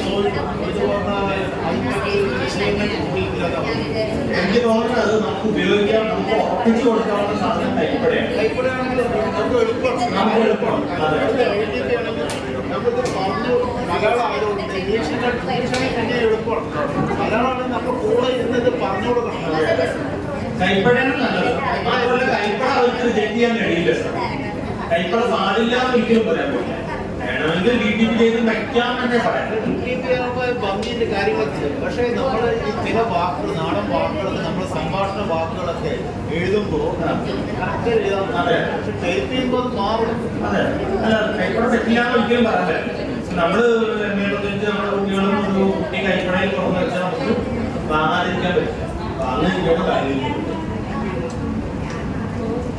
എല്ലാവർക്കും ഞാൻ മൈൻഡ് ചെയ്യാം ഇനിയും എനിക്കൊരു സംശയങ്ങളൊക്കെ ഉണ്ടാവും എന്തായാലും നിങ്ങൾ സംശയം ചോദിക്കുന്നതൊക്കെ നല്ലതാണ് നിങ്ങൾ പഠിക്കാൻ തയ്യാറാവും എന്നുള്ള കാര്യത്തിലാണ് അത് നമുക്കൊരു സന്തോഷം തരുന്നത് 2-3 കാര്യങ്ങൾ ഒന്ന് നമ്മളോട് ചെറിയ ചില രീതി പുലർത്തേണ്ടതുണ്ട് എന്നുള്ളത് തന്നെയാണ് ഈ വർക്കുമായിട്ട് ബന്ധപ്പെട്ട് എനിക്ക് ആസ് എ ടീച്ചർ പറയാനുള്ളത് കാരണം നമ്മളോട് രീതി പുലർത്തുക എന്ന് പറഞ്ഞാൽ സാറിനൊക്കെ പറഞ്ഞ പോലെ അസൈൻമെന്റ് ചെയ്യാൻ നമ്മളോട് പറയുമ്പോൾ നമ്മൾ അതിനുവേണ്ടിയെങ്കിലും ചില പുസ്തകങ്ങൾ വായിക്കട്ടെ എന്നൊരു ആഗ്രഹമാണ് അതിന്റെ പിന്നിലുള്ളത് അതിൽ അവർ ഉദ്ദേശിക്കുന്ന അത്ര പുസ്തകങ്ങൾ വായിച്ചില്ലെങ്കിലും 1-2 പുസ്തകങ്ങളെങ്കിലും വായിക്കാനുള്ള മര്യാദ നമ്മൾ കാണിച്ചാൽ അത് നമുക്ക് ഗുണം ചെയ്യുകയുള്ളൂ ഒരു സംശയമില്ല മാത്രമല്ല അങ്ങനെ വായിക്കാനോ പഠിക്കാനോ താല്പര്യമുള്ളത് കൊണ്ടല്ലേ ആരോടും വാക്ക് കൊടുക്കാതെയും ആരുടെയും നിർബന്ധമില്ലാതെയും ഇപ്പോ പഠിക്കാൻ വന്നിട്ടുള്ളത് വീട്ടിൽ നിന്നൊക്കെ പുറത്തേക്ക് ഇറങ്ങാനും കൂട്ടുകാരുടെ കൂടെ ഒന്നിച്ച് നടക്കാനും എപ്പോഴും നഷ്ടപ്പെട്ടു പോയ ക്യാമ്പസ് തിരിച്ചു പിടിക്കാനും ഒക്കെ തന്നെയല്ലേ നമ്മൾ ഇറങ്ങി പുറപ്പെട്ടുള്ളത്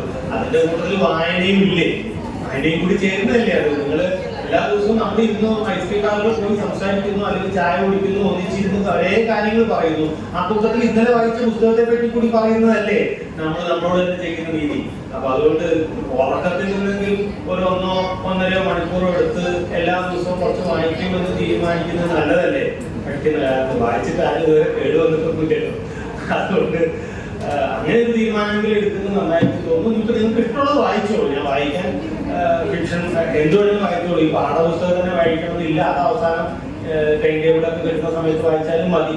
പക്ഷെ എന്നാലും എന്തെങ്കിലും ഒന്ന് വായിച്ചുകൊണ്ടിരിക്കുന്നത് നിങ്ങളുടെ വൊക്കാബുലറിയെ വിപുലപ്പെടുത്തും, നിങ്ങളുടെ ആലോചനയൊക്കെ വിപുലപ്പെടുത്തും. അതുകൊണ്ട് എല്ലാ ദിവസവും കുറച്ചെങ്കിലും വായിച്ചിട്ട് ഉറങ്ങുന്ന തീരുമാനം ഏത് പ്രായക്കാരും എടുക്കുന്നത് നല്ലതാണ്.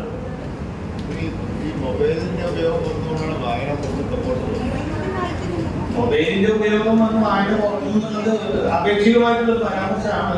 ഞാനൊക്കെ കൂടുതൽ വായിക്കുന്നത് മൊബൈലിലാണ്. എന്നാണ് അത് നമ്മളെങ്ങനെ എടുക്കുന്നത്? ഞാൻ സത്യം പറഞ്ഞാൽ മാതൃഭൂമി ആഴ്ചപ്പതിപ്പോ ഭാഷാഭൂഷണി പോലെ 2-3 മാസികകൾ മാത്രം ഫോളോ ചെയ്യുന്ന ഒരാളാണ്. പക്ഷെ ഞാനിപ്പോ നെക്സ്റ്റ് ഇയർ എടുത്തിട്ട് ഇവരെല്ലാം ആഴ്ചപ്പതിപ്പുകളും വായിക്കും. അത് ഫോൺ ഉള്ളത് കൊണ്ടാണ്. നമുക്ക് യാത്രയുണ്ട്, സമയം കിട്ടും. ഫോൺ ഉണ്ടെങ്കിൽ നമ്മൾ യാത്രയിൽ ചിലപ്പോൾ അതിന് ബുക്ക് ഉണ്ടായിക്കോളുന്നില്ലല്ലോ, പക്ഷെ ഫോൺ ഉണ്ടാവും, നമ്മൾ വായിക്കും. അപ്പൊ അതുകൊണ്ട് അങ്ങനെ പറഞ്ഞുകൂടാ. പക്ഷെ ഈ പ്രശ്നമുണ്ട്. സാർ പറഞ്ഞ പോലെ ഇപ്പൊ വെയിലാനന്ദത്തിലാണ് ഒരു റീൽ തുടങ്ങി അത് എവിടെ തിരിച്ചു നമുക്കറിയില്ല. അപ്പൊ അതങ്ങനെ അനന്തമായില്ലേ, ഹൈപ്പർ ലിങ്കുകൾ വഴി അനന്തമായി നമ്മളെ കൊണ്ടുപോകുന്നു എന്നുള്ളത് ഒരു പ്രതിസന്ധിയാണ്. നമ്മളെങ്ങനെ അപ്പൊ എന്തായാലും ഇവിടെ നിങ്ങളോട് ഇത്ര നേരം സംസാരിക്കാൻ കഴിഞ്ഞതിൽ വലിയ സന്തോഷം, സന്തോഷം പറയുന്നു. നിങ്ങൾ ചിലരെങ്കിലും മുമ്പേ അറിയാം. ഇനിയും ഒരുപക്ഷെ നിങ്ങൾക്ക് ചിലർക്കെങ്കിലും ഞാൻ വീണ്ടും ക്ലാസ് എടുക്കാൻ ലേണിംഗ് സെന്ററുകൾ ഉണ്ടാവും. അപ്പോൾ കാണാം. ബാക്കി എല്ലാവർക്കും എല്ലാവരുടെ ആശംസകൾ. Thank you.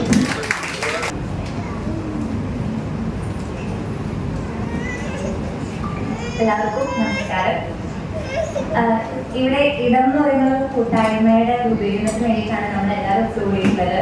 പക്ഷെ എന്നെ സംബന്ധിച്ച് അതിനപ്പുറം ഞാനൊരു പഠന ക്ലാസ്സിന് വേണ്ടിയിട്ട് തന്നെയാണ് വന്നിട്ടുണ്ടായിരുന്നത്. നമ്മളെല്ലാവരും ഓപ്പൺ യൂണിവേഴ്സിറ്റിയുടെ ഞാനൊക്കെ കസ്റ്റമാണ്, നിങ്ങൾ പലരും ഞങ്ങളുടെ സീനിയേഴ്സ് ആണ്. എനിക്കിതിൽ ഒരുപാട് ഡൗട്ട് ഉണ്ടെന്നുള്ള കാര്യത്തിൽ യാതൊരു സംശയവുമില്ല. കാരണം ലൈക്ക് എങ്ങനെ കൃത്യമായിട്ട് ചെയ്യാം എന്നുള്ള ധാരണ നമുക്ക് ആർക്കും തന്നെ ഇല്ല. ഈ ഒരു കാര്യത്തിൽ നമ്മൾക്ക് കാര്യങ്ങൾ പറഞ്ഞു തരാനോ സൂപ്പർവൈസ് ചെയ്യാനോ ഒന്നും ആളുകൾ കൃത്യമായിട്ട് ഇപ്പൊ നമ്മളെ കോളേജിലൊന്നും അവൈലബിൾ അല്ല. അപ്പൊ ഈ ഒരു സാഹചര്യത്തില് ഇങ്ങനത്തെ ഒരു ക്ലാസ് രൂപീകരിക്കാൻ ഇടം എന്നൊരു കൂട്ടായ്മ മനസ്സ് കാണിച്ചതിൽ തന്നെ ആദ്യമായിട്ട് നമ്മൾ നന്ദി പറയാണ്. ഇത് നമുക്ക്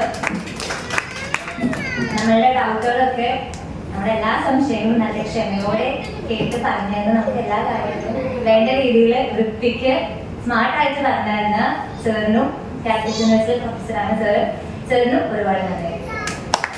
എല്ലാവർക്കും നമസ്കാരം. ഞാൻ ആവശ്യമായി വന്ന് പെട്ടതാണ്. ഇവിടെ രാവിലത്തെ 7:30 മണിക്ക് വീട്ടിൽ നിന്ന് ഇറങ്ങിയതാണ്. 10:30 ഞാൻ ക്ലാസ് തുടങ്ങിയിട്ടുണ്ടാവും ധാരണയിലാണ് വന്നത്. ഇവിടെ തുടങ്ങിയിട്ടായിരുന്നു സാറിനായിരുന്നു. ഒരു നേരത്തെ തന്നെ സാറോട് എത്തിയിട്ടുള്ളത് വളരെ അഭിനന്ദനമായ കാര്യം. സാധാരണ നമ്മള് ക്ലാസ് എടുക്കാൻ വേണ്ടി വരുന്നവരെ ഒന്ന് വെയിറ്റ് ചെയ്യണം. എല്ലാവരും വന്നാൽ എടുക്കാൻ വരുന്നവർ വളരെ എഴുതുന്നുള്ള അവസ്ഥ. പക്ഷെ സാർ നേരത്തെ വന്നു വളരെ നന്നായിട്ട് ക്ലാസ് പറയുകയും ചെയ്തു.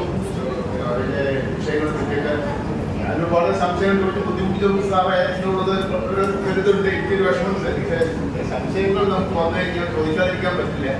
അതുകൊണ്ട് സാറിന്റെ പ്രസന്റേഷൻ വളരെ നന്നായി. പിന്നെ ഇവിടെ നിന്ന് എല്ലാവരും സംശയങ്ങൾ തീർത്തു. ഇനി എനിക്ക് ഒരുപാട് സംശയങ്ങളുണ്ട്. ഞാൻ സാറ് എല്ലാവരും ബുദ്ധിമുട്ടിക്കരുതെന്ന് പറഞ്ഞ് ഞാൻ നിർത്തിയതാണ്. പ്രത്യേക ഡോക്യുമെന്ററിയാണ് ഞാൻ പഠിച്ചിരിക്കുന്ന വിഷയം. അതിന് ഞാൻ സ്ക്രിപ്റ്റ് ഏകദേശം അതിൻ്റെ എഴുതി കഴിഞ്ഞു.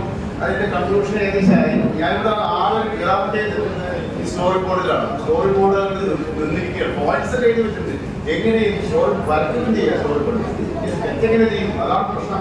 അപ്പൊ അത് ഡെവലപ്മെന്റ് ചെയ്തിട്ടുണ്ട്. സാറിന് പറയുമ്പോൾ സാർ പറഞ്ഞു അതിന്റെ ചില വശങ്ങൾ പറഞ്ഞുകൊണ്ട് എനിക്ക് അതിന്റെ അത് ഒഴിവാക്കുന്ന രീതിയിലുള്ള ഒരു ഇത് വരികയാണെങ്കിൽ വളരെ സന്തോഷമായിരിക്കും. എനിക്ക് മാത്രമല്ല ഇത് സ്കെച്ച് വരയ്ക്കാൻ അറിയാതെ രാഷ്ട്രീയമെന്ന് പ്രശ്നമല്ല. ഞങ്ങൾക്ക് ചിത്രമൊക്കെ വരയ്ക്കുന്ന ആളാണ്. അതുപോലെ തന്നെ എല്ലാവർക്കും അതുപോലെ സാധിച്ചിട്ടില്ല. അതുകൊണ്ട് വളരെ അഭിനന്ദനമായ ഒരു കാര്യമാണ് ഈ കൂട്ടായ്മ ചെയ്തിരിക്കുന്നത്. ഇതുപോലുള്ള ക്ലാസ്സുകൾ നമുക്കൊരു മാസത്തിൽ ഒന്നെങ്കിലും ചെയ്യാം. ഏത് വിഷയത്തെ പറ്റി ആയിക്കോട്ടെ. ഇപ്പോൾ അടുത്ത ഡോക്യുമെന്ററിയെ പറ്റിയിട്ടോ ഏതെങ്കിലും വിഷയത്തെ പറ്റിയിട്ടോ നമ്മളെ ടോപ്പിക്കിലുള്ളപ്പോൾ നമുക്ക് അതിന് ടോപ്പിക് എടുക്കും. ഭാരതീയ കാവ്യ പൈതൃകത്തെ പറ്റി നമുക്ക് ടോപ്പിക് വയ്ക്കാം. വൈദേശിക സാഹിത്യ സിദ്ധാന്തങ്ങളെ പറ്റി ഒരു ടോപ്പിക് വയ്ക്കുക. സാറെ പോലുള്ളവരെ നമുക്ക് പങ്കെടുപ്പിക്കുക. അവരുടെ 1 മണിക്കൂറോ 2 മണിക്കൂറോ സമയം നമുക്ക് അതിനോട് ചെലവഴിക്കുക. ഉൾപ്പെടുത്താം. അങ്ങനെ വളരെ ഇൻഫോർമേറ്റീവ് ആയിട്ടുള്ള കാര്യങ്ങളിലൂടെ മറ്റു കലാപരിപാടികളും മറ്റു കാര്യങ്ങളും ഒന്നും തന്നെ ഒരു പഠന ക്ലാസ്സിൽ ഒരു 1-2 മണിക്കൂർ നമ്മൾ ഈ നമ്മുടെ സബ്ജക്റ്റായി ബന്ധപ്പെട്ട കാര്യങ്ങൾക്ക് വേണ്ടി ഇടം അതിനൊരു ഇടം കണ്ടെത്തണം മാത്രമേ എനിക്ക് പറയാൻ ഇതിൽ പങ്കെടുത്ത് പ്രത്യേകിച്ച് സാറിന് എല്ലാവർക്കുള്ള നന്ദി. ഇനി നമ്മുടെ ഇടം കൂട്ടായ്മയുടെ വക നമ്മുടെ ഇടം കൂട്ടായ്മയിൽ അംഗമായിട്ടുള്ള മലപ്പുറം LSC MA പേഴ്സൺ വിദ്യാർത്ഥികളുടെ അനീഷ് വരച്ച ഒരു ചിത്രം നമ്മുടെ ഇടം കൂട്ടായ്മ മാഷ്ക്ക് ഒരു ഉപഹാരമായിട്ട് സ്നേഹ സമ്മാനമായിട്ട് സമർപ്പിക്കുകയാണ്. അപ്പൊ അത് ഏറ്റുവാങ്ങുന്നതിന് വേണ്ടി മാഷയും അത് നൽകുന്നതിന് വേണ്ടി നമ്മുടെ പ്രിയങ്കരനായ അനീഷിനെയും നമ്മൾ വേദിയിലേക്ക് ക്ഷണിക്കണം.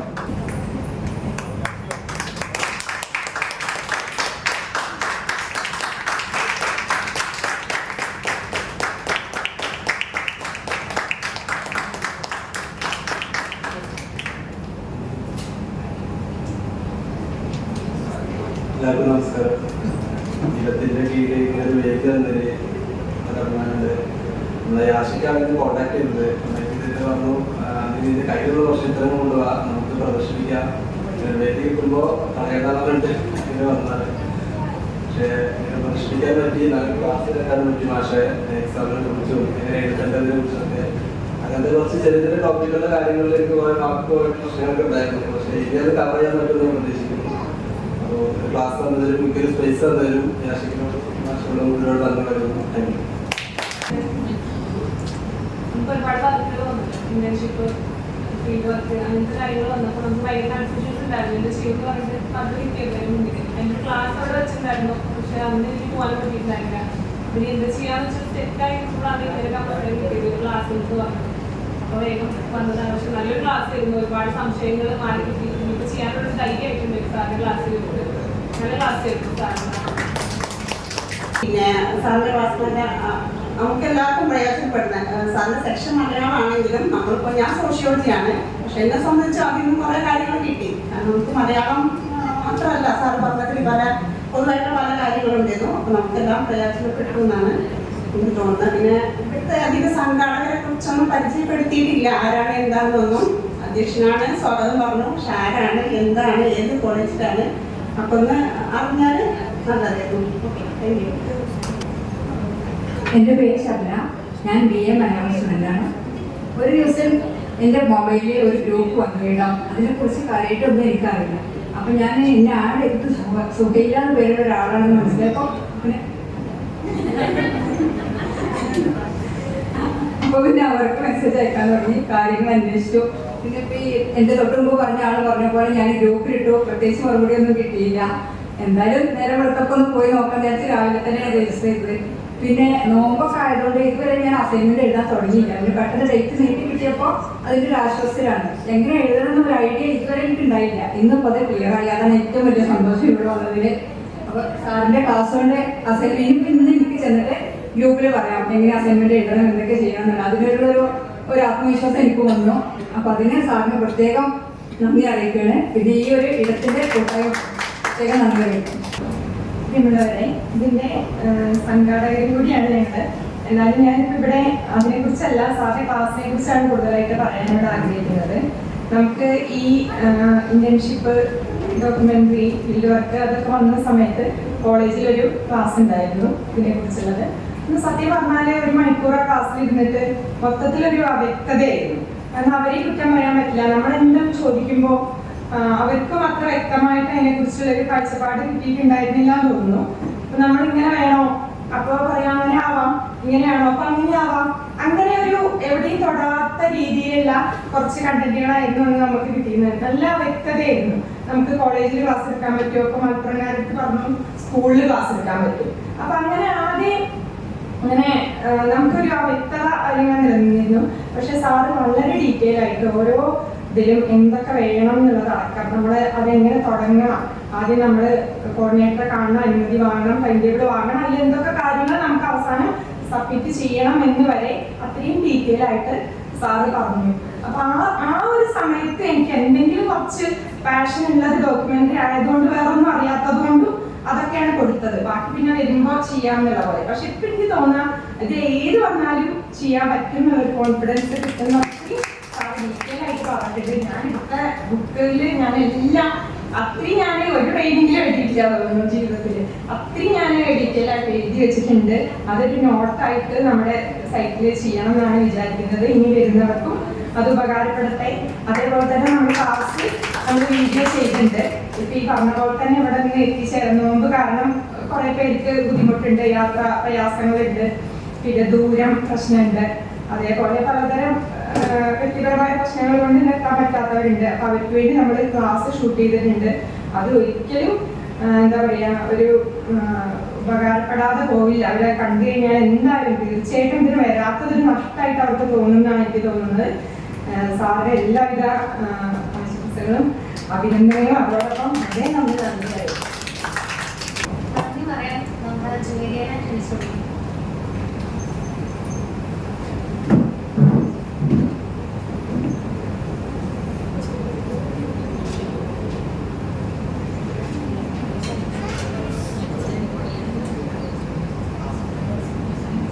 പ്രിയപ്പെട്ട സുഹൃത്തുക്കളെ, എല്ലാവർക്കും എൻ്റെ നമസ്കാരം.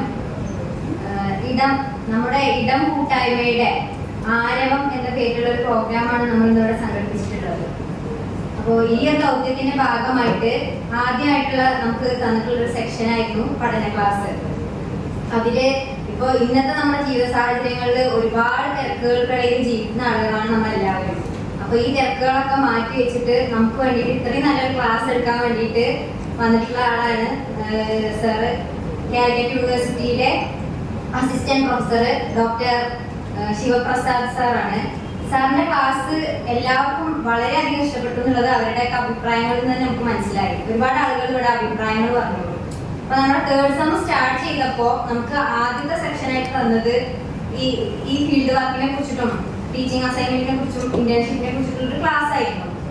അത് രണ്ട് ഗ്രൂപ്പിലും തുടരുന്ന വ്യക്തി എന്നുള്ള നിലക്ക് പട്ടാമ്പിക്കാർക്ക് കിട്ടിയ ക്ലാസ് വളരെ പരാജയവും മലപ്പുറത്ത് വലിയ കുഴപ്പമില്ലാത്ത ക്ലാസ്സാണ് കിട്ടിയതെന്ന് എനിക്ക് മനസ്സിലായത്. കാരണം ഞാൻ ആ ക്ലാസ്സിൽ പങ്കെടുത്ത ആളായിരുന്നു. മലപ്പുറത്ത് അത്യാവശ്യം തിരക്കില്ലാത്ത തരത്തിൽ അവർ വിശദമാക്കി തന്നു. എന്നാലും 100 കൂട്ടം സംശയങ്ങളായിരുന്നു നമ്മുടെ മനസ്സിൽ. സത്യം പറഞ്ഞാൽ ഈ മൂന്നും കണ്ടപ്പോൾ ഒരു പ്രഷറാണ് എല്ലാവർക്കും. സത്യം പറഞ്ഞാല് അങ്ങനെ ഒരു അവസ്ഥയിലായിരുന്നു എല്ലാവരും ഉണ്ടായിരുന്നത്. എല്ലാവർക്കും ഒരുപാട് സംശയങ്ങളാണ്. ഇതൊക്കെ എന്ത് ചെയ്യും, എങ്ങനെ ചെയ്യും എന്നതിനെ പറ്റിയിട്ട് ഒരു വ്യക്തത അന്നും ആർക്കും കിട്ടിയിട്ടുണ്ടായിരുന്നില്ല. ക്ലാസ് കഴിഞ്ഞപ്പോഴും ഞാൻ കുറെ സംശയങ്ങളായിട്ട് ഓരോരുത്തരോട്ട് പോയി സമീപിച്ചിട്ടുണ്ടായിരുന്നു. അപ്പോഴൊന്നും എനിക്ക് കൃത്യമായ ഒരു ഉത്തരം കിട്ടിയിട്ടുണ്ടായിരുന്നില്ല. ഇപ്പോ ഈ ഒരു സെക്ഷനോട് കൂടിയിട്ടാണ് നമുക്ക് ഒന്നുകൂടി അതിലൊക്കെ ഒരു ക്ലാരിറ്റി കിട്ടിയതെന്ന് വേണമെങ്കിൽ പറയാം. മലപ്പുറത്തെ ആളുകൾക്ക് മറ്റു പട്ടാമ്പിക്കാർക്ക് ഒന്നുകൂടി എഫക്റ്റീവ് ആയിട്ടുള്ള ഒരു ക്ലാസ് ആയിരിക്കും ഇത് കിട്ടിയത്. അപ്പോൾ ഇത്തരത്തിലൊരു ക്ലാസ് നമുക്ക് വേണ്ടി തന്ന സാർക്ക് എൻ്റെ പേരിലും ഈ ഇടം കൂട്ടായ്മയുടെ പേരിലും കൃത്യമായ ഹൃദയത്തിന്റെ ഭാഷയിൽ നിന്നും നന്ദി അറിയിക്കുന്നു. പിന്നെ നമ്മുടെ ഈ പ്രോഗ്രാമിന്റെ വിജയം നിങ്ങൾ ഓരോരുത്തരുമാണ്. പല വിഷയങ്ങളിലുമായിട്ട് പല LSDകളിൽ നിന്നുമാണ് നമ്മൾ വന്നിട്ടുള്ളത്. അപ്പോൾ നിങ്ങൾക്ക് ഇത്രയും നേരം ഇത്ര ശ്രദ്ധയോടുകൂടി ക്ലാസ് കേട്ടിരുന്നതാണ് നമ്മുടെ വിജയം. അതിനെക്കുറിച്ച് ഓരോ അഭിപ്രായങ്ങളും നിങ്ങൾ നല്ല വ്യക്തമായി തന്നെ പറഞ്ഞു. സാർക്കും ആ അഭിപ്രായങ്ങളായിരിക്കും ഏറെ വിലപ്പെട്ടത്. ഇത്തരത്തിൽ അഭിപ്രായം പറഞ്ഞും ഈ ക്ലാസ് കേട്ടിരുന്നും ഈ പരിപാടിയെ വിജയമാക്കിയ നിങ്ങൾ ഓരോരുത്തർക്കും ഞാൻ എൻ്റെ നന്ദി അറിയിക്കുന്നു. സ്വാഗതം അറിയിച്ച റഹ്മത്തുനിസ, അധ്യക്ഷ സ്ഥാനം അലങ്കരിച്ച സുഹൈല എന്നിവർക്കും എൻ്റെ പേരിലും ഇടകൂട്ടായ്മയുടെ പേരിലും നന്ദി അറിയിച്ചുകൊള്ളുന്നു. നന്ദി, നമസ്കാരം.